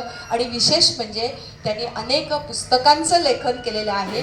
आणि राष्ट्रपतींचं सुवर्णपदक ज्यांच्या गळ्यात मिळालं त्या डॉक्टर माधुरी कानेटकर. विशिष्ट सेवा पदक 2018 साली त्यांना मिळालं. लेफ्टनंट जनरल या सर्वोच्च पदावर पोचलेल्या पहिल्या महिला. पुणे आर्म फोर्सेसमध्ये मेडिकल कॉलेजच्या पहिल्या अधिष्ठाता म्हणून त्यांना सन्मान मिळाला. सायन्स आणि आता पंतप्रधानांच्या सायन्स अँड टेक्नॉलॉजीच्या कायदेशीर सल्लागार म्हणून डॉक्टर माधुरीताई कानेटकर काम करतायत. एकदा टाळ्या वाजवूया. यानंतर एका बाईचं उदाहरण सांगणार आहे. पेशानं फार्माकॉलॉजिस्ट, रिसर्चर म्हणून काम, दिवाळी अंकात लेखन, शास्त्रीय शिक्षण मैफिली करणाऱ्या, फायर फायटर म्हणून आगीशी खेळायची म्हणजे एकीकडे गाणारी बाई, फायर फायटर म्हणून काम करणारी. आणि ब्रेस्ट आणि फुफ्फुसाच्या कर्करोगासंबंधी ज्यांनी संशोधन केलंय अशा श्वेता चक्रदेव यांच्याबद्दल सांगायला खूप आनंद आणि अभिमान वाटतो. आणि म्हणजे त्या अन्नछत्रात जाऊन जेवण वाढणं, मूळच्या कल्याणच्या मराठी माध्यमात शिकलेल्या असं असून सुद्धा फार्मसी कॉलेजमध्ये शिकवणाऱ्या श्वेताताई चक्रदेव यांच्याबद्दल किती सांगू आणि किती नको असं वाटतंय. आता जागतिक स्तरावर आपण जेव्हा म्हणतो, विचार करतो की आपल्या हे जे काही स्त्रीचं वगैरे ते फक्त आपल्याकडेच आहे का, ते एक उत्तम व्याख्याते विवेक घळसासी म्हणून आहेत. त्यांनी एक छोटासा एका भाषणामध्ये प्रसंग सांगितलेला मी ऐकला की पॅरिसमधली त्यांची एक उच्च शिक्षित मैत्रीण, ती घळसासींचीच नाही, एकदा 3-4 पानिपत्र घळसासींना त्यांचं आलं आणि त्याच्यात शेवटचं वाक्य असं होतं की माझा नवरा यायची वेळ झाली. पत्रामध्ये माझा नवरा यायची वेळ झाली, त्याची खायची प्यायची सोय केली नाही तर तो माझं डोकं खाईल, म्हणून मी आता पत्र थांबवते. म्हणजे फक्त हे जे काही आहे ते आपल्या भारतातच किंवा आपल्या देशातच आहे असं नाही, तर संपूर्ण जगभरामध्ये हे असंच आहे एवढं मात्र खरं. आपल्याला माहिती असेल, मुद्दाम माझ्या ज्ञातीच्या आहेत म्हणून सांगते, टोयोटा किर्लोस्कर मोटर याच्या मानसी टाटा किर्लोस्कर, मानसी किर्लोस्कर टाटा यांच्याबद्दल सांगायला मला आवडेल की विक्रम किर्लोस्कर यांचं जेव्हा निधन झालं त्यानंतर त्यांनी किर्लोस्कर सिस्टीममध्ये सगळं जे काही बदल करून मानसी टाटांनी अभिमानास्पद कामगिरी बजावली, तेव्हा त्यांच्यासाठी एकदा आपण टाळ्या वाजवूया. नंतर जनरल मोटर्स आपल्याला माहिती आहे, त्याची CFO म्हणजे चीफ फायनान्शियल ऑफिसर म्हणून ज्या बाईंनी काम केलं, त्या चेन्नईच्या मुळात बाई, मद्रासच्या विद्यापीठात BCom झालेल्या आणि अमेरिकेतली सगळ्यात मोठी कार कंपनी असलेल्या जनरल मोटर्स त्याच्या CFO आहेत, भारतीय वंशाच्या आहेत. त्यांचं नाव आहे, कोणाला माहिती आहे, दिव्या सूर्यदेवरा, मद्रास विद्यापीठातनं शिकलेले आहेत. त्यांच्याबद्दल खूप छान वाटतं सांगायला. आणि ज्यांच्याबद्दल सांगायला मला खूप अभिमान वाटतो, मतिमंद असलेला म्हणजे डाऊन सिंड्रोम असलेला मुलगा, त्याच्या आईने जे काही कष्ट केलेत त्या मुलासाठी, म्हणजे काय शिकवलं नाही, त्याच्या प्रत्येक अवयवात न्यूनत्व होतं. केस राठ होते, दात अधू होते, हाडं ठिसूळ होती, डोळे वाईट होते, म्हणजे प्रॉब्लेम असलेले होते, सगळ्या अवयवामध्ये काहीतरी दोष होता. असं असताना सुद्धा सतार शिकवली, योगा शिकवलं, तबला शिकवला, पोहायला शिकवलं आणि काय शिकवलं नाही. त्या मुलाला आज तो मुलगा मतिमंद असून सुद्धा एका इंटरनॅशनल इंजिनिअरिंग कॉलेजमध्ये असिस्टंट लायब्ररियन आहे, सहाय्यक ग्रंथपाल आहे. जगातलं एकमेव डाऊन सिंड्रोमचं उदाहरण, ज्याला 2 वेळा राष्ट्रपती पुरस्कार मिळाला आहे. आणि त्याच्या आईला संपूर्ण भारतामध्ये एका वयोश्रेष्ठ माता सन्मान म्हणून एका आईला पुरस्कार दिला जातो, तो त्याच्या आईला शारदा दाते यांना, शारदा यशवंत दाते यांना मिळालेला आहे. त्या शारदा दाते, विशेष म्हणजे ते दोघंही मला मुलगी म्हणतात. ह्याचं हे पुढचं भाग्य माझं. आणि मला अधिक महिन्यात आठवणीने वाण येतो. मी कित्येक वर्ष भेटलेही नव्हते, 2 वर्षापूर्वी भेटायला पहिल्यांदा गेले आणि ते अभिमानाने सांगतात, आमच्या घरात 4 राष्ट्रपती पुरस्कार, 2 माझ्या मुलाला, 1 माझ्या पत्नीला आणि 1 माझ्या लेकीला. अभिमान. यानंतर एका बाईचं उदाहरण सांगणार आहे, तुम्ही गुगलवर सर्च करू शकता. बीडमधलं एक उदाहरण आहे, सुंदराबाई दगडू नाईकवाडे. ह्या बाई, ही सासू इतकी प्रेमळ की सुनांवर मुलीसारखं प्रेम केलं. 4 मुलगे. आणि ज्या वेळेला सुंदराबाई गेल्या तेव्हा विशेष म्हणजे 4ही सुनांनी त्यांना खांदा दिला. एकमेव उदाहरण आहे. आपण गुगलवर याचा फोटो सुद्धा शोधू शकता. अशी किती उदाहरणं सांगू. तृतीयपंथी असलेल्या गौरी सामंत आहेत, किंवा कनिका कौस्तुभ राणे असतील, तुमची बहीण आणि त्यांचा तुमचा भाचा, त्यांच्याबद्दल सांगायला हवं. किंवा आपल्या जवळ राहणाऱ्या डॉक्टर विनया जंगले, ज्यांचं मुक्या भावना आणि बोलक्या संवेदना नावाचं पुस्तक आहे, ज्या वनाधिकारी आहेत, त्यांच्याबद्दल असे कितीतरी. नंतर पहिल्या मोटर वुमन तृष्णा जोशी, सुरेखा यादव, ज्या आत्ता नुकत्याच पायलट म्हणून, मोटर वुमन म्हणून सेवानिवृत्त झाल्या, त्या सुरेखा यादव. असं कितीतरी जणांबद्दल सांगायला मला खूप आवडेल, परंतु वेळेच्या ह्याच्यात मला सांगता येत नाही. पण गमतीचा भाग म्हणजे एका बाईबद्दल मला सांगायला आवडेल. तिचं नाव आहे कळसाबाई. ज्या बाईने सावित्रीबाई वाचनालय सुरू केलं, म्हणजे नवरा दारुडा, त्या दारूच्या गुत्त्याच्या जागी वाचनालय सावित्रीबाईंच्या नावाने सुरू केलं, त्या कळसाबाई. त्यांच्यासाठी एकदा दाद देऊया. सावित्रीबाई फुले वाचनालय म्हणून सुरू केलं आणि 19 साली त्यांनी ते सुरू केलं आणि अजूनही तसंच चालू आहे आणि दारूचा गुत्ता बंद झाला. म्हणजे बाई जर काय करत असेल, म्हणून मग असं म्हटलं ना, नेव्हिगेटर ऑफ लाईफ, हे असं. त्यानंतर आणखीन एका मुलीचं नाव मला सांगायला आवडेल की ती परत कोल्हापूरचीच आहे, अनिशा अशोक राजमाने. हालोंडीसारख्या खेड्यातल्या छोट्याशा येऊन सुद्धा इंटरनॅशनल स्पेस युनिव्हर्सिटीमध्ये जगातल्या एकमेव मुलीला 14 लाखांची शिष्यवृत्ती मिळते, ते ह्या मुलीला मिळाली. एकदा दाद देऊया तिच्यासाठी सुद्धा. खूप छान अशी उदाहरणं आहेत. किंवा अश्विनी सातप्पा पाटील लष्करात गेलेले आहेत. म्हणजे नेहमीप्रमाणे पती गेल्यानंतर लष्करातला पेट्रोल पंप किंवा गॅस एजन्सी मिळाली, त्यावेळेला त्यांनी सांगितलं नाही, मला शाळा सुरू करायची आहे जिथे माझ्या पतीची इच्छा होती. आणि आज ई लर्निंग असलेली आधुनिक सुसज्ज अशी त्यांनी शाळा घडवली, त्या अश्विनी सातप्पा पाटील. आणि असे अनेक उदाहरणं, फक्त ही नमुना दाखल काही मी सांगितली. आणि म्हणून मला एक सांगावंसं वाटतं की म्हणून ही बाजू काही कमी नाही आहे. सारखं आपण त्यांना नावं नाही ठेवत आहोत, त्यांचं आयुष्यातलं महत्त्व तितकंच आहे, कारण ते दोन्ही रथाची चाकं आहेत. आणि म्हणूनच मला इथे मंगेश पाडगावकरांची एक छान कविता सांगायला आवडेल.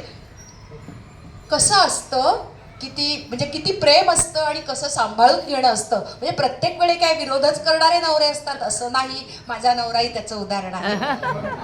माझ्या पाठीशी असलेला हिमालय आहे. आणि म्हणून मला एक पाडगावकरांची कविता, त्याचं नाव आहे संत. कवितेचं नाव आहे संत. गप्पा मारता मारता अचानक मध्येच तो उठला.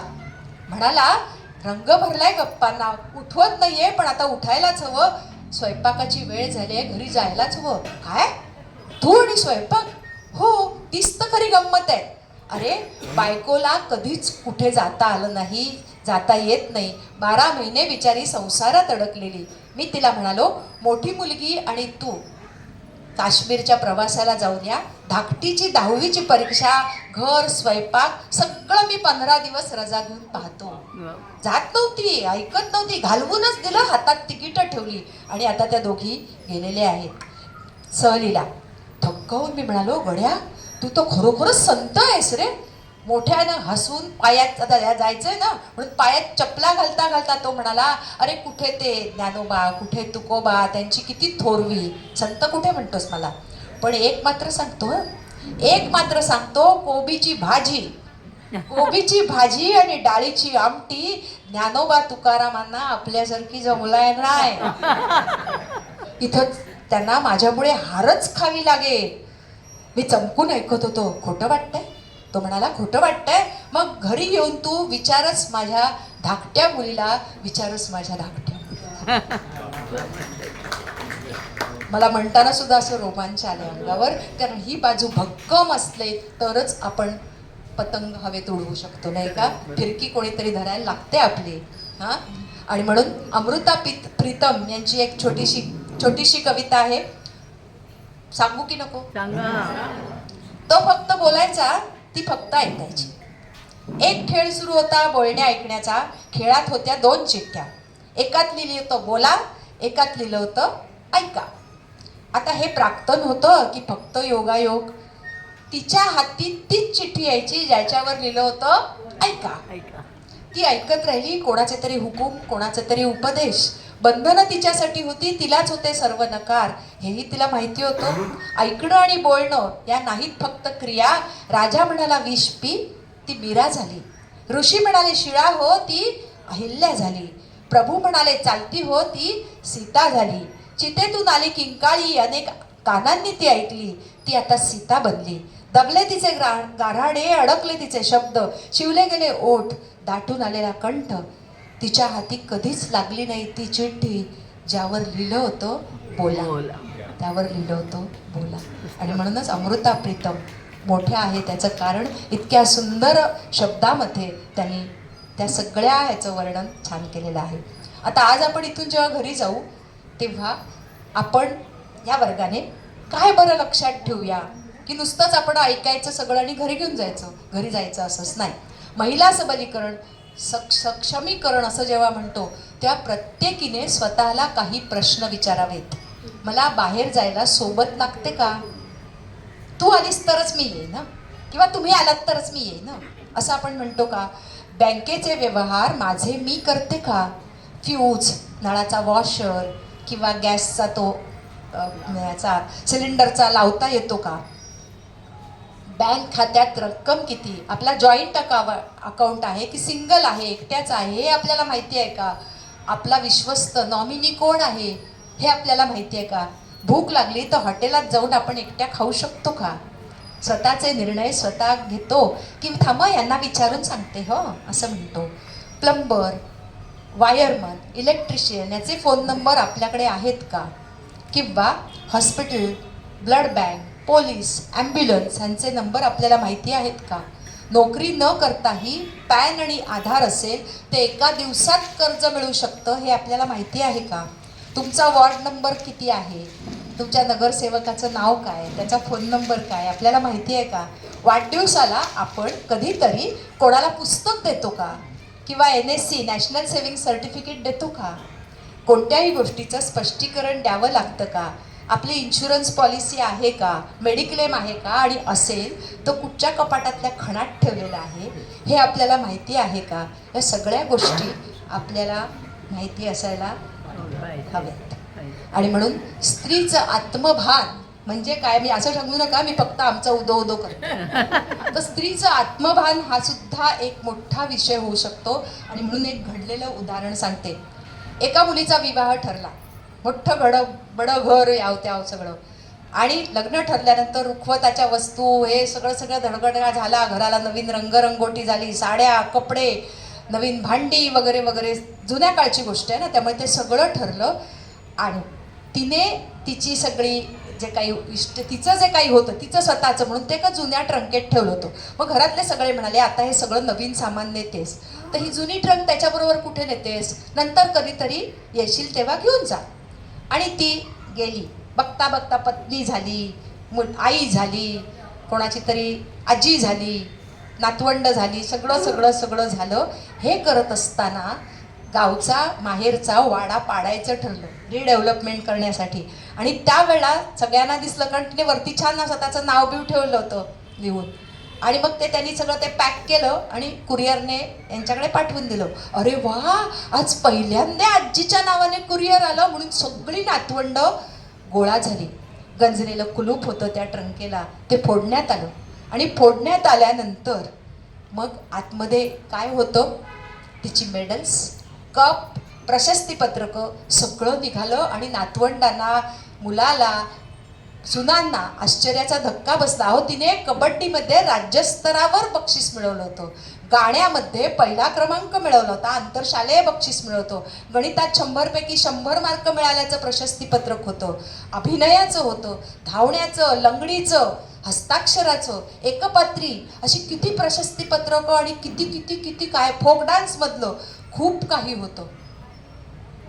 हे सगळं बघितल्यानंतर मुलांनी नातवंडांनी एकच वाक्य म्हटलं, आजी तुला एवढं सगळं काही करता येतं, आम्हाला माहितीच नाही, आम्हाला फक्त वाटलं तुला फक्त स्वयंपाकच करता येतो. घडलेला प्रसंग आहे. मला वाटतं आत्मभानाचं झाड सदैव आपल्या मनामध्ये जागं असायला पाहिजे, नाही का? आणि म्हणूनच नेहमी मी असं म्हणते की आजकाल आपली मुलं सुद्धा अगदी आई रिझर्व्ह बँकेत असेल, मोठी असेल, हुशार असेल, तरी सुद्धा मुलं म्हणतात आई तुला कम्प्युटरमधलं काय कळतं गो, लॅपटॉपमधलं काय कळतं गो, आणि मोबाईलमधलं तर काही कळतच नाही, तुला फक्त फोन करता येतो आणि घेता येतो. बरोबर की नाही? आणि आपण लगेच मान हलवून म्हणतो. पण लक्षात ठेवूया कधीतरी आपण असं उत्तर देऊया की मी सुंदर पावभाजी बनवते, तुम्ही मिटक्या मारत खाता, मी छान क्रिस्पी डोसा बनवते, तुला येतो? असं उत्तर द्यायला हवूया. आणि म्हणूनच आपल्या प्रत्येक मुलाला, नातवंडाला हे सांगा, बाळा आभाळाहून उंच, शील पर्वताहून ताठ, भल्या भल्यांचे मुजरे घेत चालत असशील वाट, कुणी पूजा देखील करतील मानून तुला देव, पण आई तुझ्यापेक्षा मोठी हे मात्र नेहमी ध्यानात ठेव, हे मात्र नेहमी ध्यानात ठेव, नाही का? आणि म्हणून मला शेवटाकडे जाताना काही उदाहरणं, 1-2 उदाहरणं द्यावीशी वाटतात. आपल्या क्रिकेट टीमची पूर्वीची कॅप्टन, जी 8 वर्ष शास्त्रीय नृत्याचा अभ्यास केलेल्या, 14व्या वर्षी विश्वकप स्पर्धेत पहिल्यांदा सामील झालेली, ज्या वेळेला क्रिकेट आणि मुलींचं हे समीकरण नव्हतं तेव्हा 6000हून जास्त धावा वन डे मॅचेसमध्ये काढलेल्या, 7 वेळा अर्धशतक ठोकणारी आणि 2005 आणि 17च्या विश्वकपला फायनलमध्ये सहभाग घेतलेली कोण? मिताली राज. तिला एकदा एका पत्रकाराने काहीतरी म्हणजे हे झाल्यानंतर प्रश्न विचारला की तुम्ही कुठच्या खेळाडूकडे बघून तुमचं हे ठरवता किंवा तुम्ही कोणाच्या खेळाडू क्रिकेटवीरासारखं पाहून खेळता तुम्ही, तेव्हा तिने प्रश्न विचारला की हाच प्रश्न त्यांना विचारा न जाऊ की तुम्ही कोणत्या मुलींच्या क्रिकेट जे वीरांगनेसारखं तुम्ही खेळता, हा प्रश्न त्यांना जाऊन विचारा, मला नाही विचारायचं. हे तिने अभिमानाने उत्तर दिलं. हे सगळ्यात मोठं आहे. पण आत्तापर्यंत आपण ज्या स्त्रियांचा आलेख बघितला की ज्यांनी अगदी जिन्यावरनं उडी मारलेली असेल किंवा नृत्य शिकलेलं असेल किंवा अनेक कला शिकलेल्या असतील, अनेक यश मिळवलेलं असेल, त्या सगळ्यांमधला समान धागा कोणता असेल? या कर्तृत्ववान सामर्थ्यशाली स्त्रियांच्या मागचा कष्टाला पर्याय नाही. विनम्रता आणि निर्भय यशाची खूण आहे. अहमन्यता माणसाला नेहमी खालीच आणते. कोणत्याही गोष्टीचा ध्यास असणं हे महत्त्वाचं आहे. आणि म्हणून बाबा आमटे म्हणतात की भान ठरवून ध्येय ठरवा आणि बेभान होऊन ते पूर्ण करायचा प्रयत्न करा. आपलं नैतिक होकायंत्र सदैव जागं ठेवा मनाचं. प्रामाणिक न्यायाधीश म्हणजे म्हणतो ना काय ते फसा सकत कानून अदालत नाही फसे व काझी अंदर. आतला जो काझी असतो ना तो आधी आपल्याला फसवत नाही. आणि म्हणून या सगळ्यांच्या आयुष्यातलं हे जे सामान्य सूत्र आहे ते आपण बघितलं. पण ह्या सगळ्या माणसांच्या बघताना प्राण्यांमध्ये काय असतं हो? आपण एक प्राण्यांचंही उदाहरण बघूया की आपल्याला जगण्याचं तत्त्वज्ञान शिकवायला अनेक पुस्तकं असतात, आता तर व्हिडिओज असतात, ऑडिओ असतात, खूप काही असतो. परंतु निसर्गाने पशुपक्ष्यांना प्राण्यांना काय, आपण कधीतरी वाघीण आणि वाघिणीची पिल्लं बघितली असेल खेळताना, अशी फटकन शेपटी आपटते आणि सावज कसं पकडायचं हे ती आपल्या पिल्लांना शिकवत होती. परंतु ह्याच्यापेक्षा जास्त जर छान उदाहरण असेल तर जिराफळीचं. जिराफीण म्हणजे जिराफ आई जी असते, आपल्याला माहिती आहे साधारण 10 फूट जिराफ उंच असतो आणि तिच्या 8 फुटावर ते बाळ तिच्या पोटातनं जेव्हा बाळ बाहेर जन्माला येतं तेव्हा खाली दपकन पडतं. लळपेळं असलेलं ते बाळ खाली पडतं की आई मान खाली घालते आणि बाळाला चालते. आणि मग एक वेगळाच प्रकार घडतो. ती पाठचा पाय पुढे करते आणि बाळाला असं झटकन हवेत उंच उडवते. लोळा पटकन ते पिल्लू परत खाली पडतं आणि आधीच ते लोळा गोळा असतं आणि ते परत आपटल्यामुळे आणखीनच ते असं होतं. असं 3-4 वेळा ती त्याला लाथेने ठपाठप वर उडवते आणि मग ते बाळ थोडंसं शहाणं होतं, त्याला जाणीव होते की आपण असंच परत परत होत आहे म्हणून ते असं उठतं आणि हळूहळू चालायला लागतं किंवा और एक धक्का म्हणून ती परत एकदा उभे करते आणि मग ते बाळ धावायला लागतं. जीवनाचा पहिला धडा आईने शिकवलेला असतो की बाळा कितीदा पडलं तरी सुद्धा, अपयश आलं तरी सुद्धा परत तुला धावायचंय आणि पुढे जायचंय, हा पहिला धडा शिकवलेला असतो. आणि विशेष म्हणजे आपल्याला माहिती आहे की जिराफाचं जे मांस असतं ते कोवळं आणि लुसलुशीत असतं आणि ते खायला वाघ सिंह टपलेले असतात. म्हणून आपल्याला सावज पकडायला आला शिकारी कोणी की आपण कसं पळून जायचं, हा जीवनाचा पहिला धडा आईने दिलेला असतो. ह्याच्यापेक्षा आणखीन काय हो? प्राण्यांना कळतं, मग आपल्याला का नाही कळत, नाही का? आणि म्हणून शेवटी एक कविता म्हणते आणि थांबते. शेवटी हे सगळं ऐकल्यानंतर एक मीरा सिरमकर नावाच्या कवयित्री आहेत, त्यांची एक कविता आहे. ती अशी उंचावताना नभ जरासे वाकले, पसरली ज्योत्स्ना तिची अन चंद्र तारे झाकले, झेपली उत्तुंग जरिती पायदारी राखले, कवळिले ब्रह्मांड तिने हो, मागू नका दाखले, मागू नका दाखले.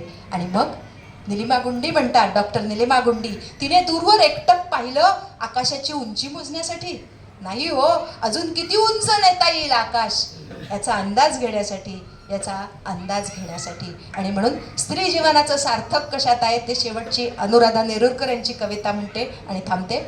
आनंदाचा ठेवा मागायला गेले होते देवाकडे. त्याने हातात एक प्याला ठेवला, अहो दुःखाने काठोकाठ भरलेला, आणि म्हणाला बघा यातलं एकही थेंब न सांडता, यातलं एकही थेंब न सांडता, ओठावरचं हसू न ढळवता पृथ्वी प्रदक्षिणा केलीस की आनंद निधान आलंच समज तुझ्या हातात. तेव्हापासून तो प्याला घेऊन मी फिरतेच आहे, एकही थेंब न सांडता, ओठावरचं हसू न ढळवता. आता पाय थकले म्हणून त्याला परत करायला देवाकडे गेले आणि म्हणाले, देवा तुझ्या आज्ञेप्रमाणे प्रदक्षिणा करताना आयुष्य सरलं माझं, पण तो आनंदाचा ठेवा तो काही मिळाला नाही. तेव्हा देव हसून म्हणाला, तुम्हा बायकांचं दुःख न सांडता हसू सांडणं आणि पृथ्वीसारखं साऱ्यांचे अपराध पोटात घेऊन आयुष्याची पृथ्वी प्रदक्षिणा करणं हेच तर खरं आनंद निधान आहे. आणि जे जे आम्हा देवांनाही जमत नाही ते फक्त जमतं तुम्हा बायकांना. आणि म्हणूनच योगिनी जोगळेकर यांचं एक शेवटचं वाक्य सांगते की देवघरातल्या देवतेच्या नंदादीपा इतकाच गृहदेवतेच्या मुखावरचा हास्याचा नंदादीप संसार सुख आणि शांतीनं उजळून टाकत असतो. म्हणूनच स्त्रीजवळ एक वेळ सोन्याचा साज नसला तरी चालेल, पण हास्याचा साज मात्र जरूर हवा. मनापासून धन्यवाद, कृतज्ञता व्यक्त करते आपल्या सगळ्यांबद्दल आणि मला बोलायची संधी दिलीत आणि माझा थोडंसं काही वाचन आपल्यासमोर ठेवायला मिळालं. मनापासून आनंद व्यक्त करते आणि हे नवीन वर्ष आपल्या सगळ्यांना सुख समृद्धी, आरोग्य, यश, समृद्धी आणि भरारीचं जावो यासह थांबते. मनापासून धन्यवाद. शोभाताई आपल्या अत्रेकट्ट्याच्या आपल्याच आहेत. त्यांचं आपण वारंवार खूप वेळा व्याख्यानं ऐकलेली आहेत. आजचं व्याख्यानसुद्धा त्यांचं अतिशय सुंदर झालेलं आहे आणि त्यांचा अभ्यास इतका दांडगा आहे. त्यांनी जो विषयाचा निवडला तो सुद्धा खूपच सुंदर आहे. आणि सावित्रीबाई फुलेंची जयंती, आम्ही सावित्रीच्या मुली हे आम्हाला पण अभिमान वाटतो सावित्रीबाईंबद्दल. आणि त्यांचं जे चरित्र, त्याच्याबरोबर ताईंनी आपल्याला कितीतरी पुस्तकांची नावं दिलेली आहेत आणि ती सगळी वाचायची त्या स्त्रियांच्याबद्दलची. तर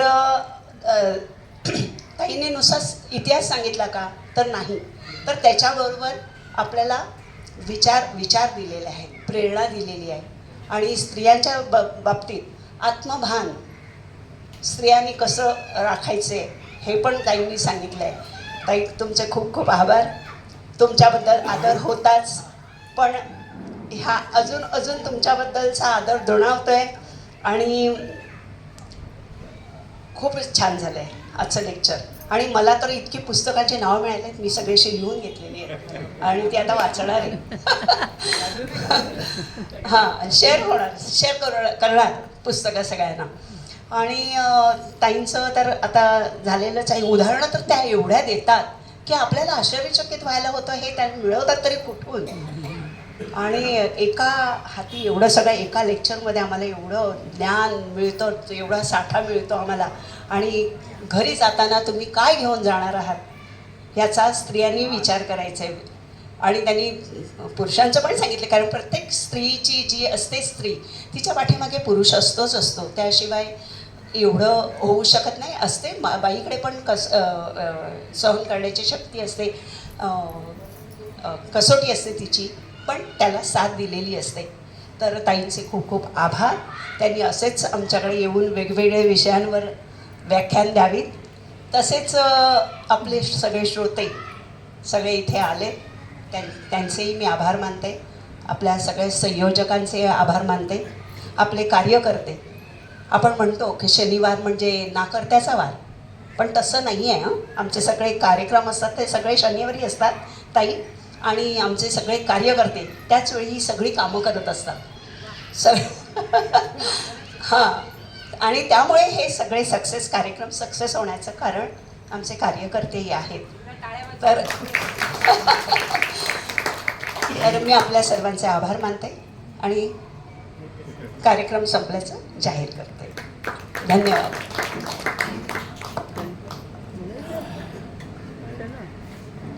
कार्यक्रम संपल्याचं जाहीर केलं तरी मला थोडंसं बोलावं असं वाटलं. म्हणजे मी उत्स्फूर्तपणे, मी मगापासून म्हणतो केव्हा एकदा बोलायचं.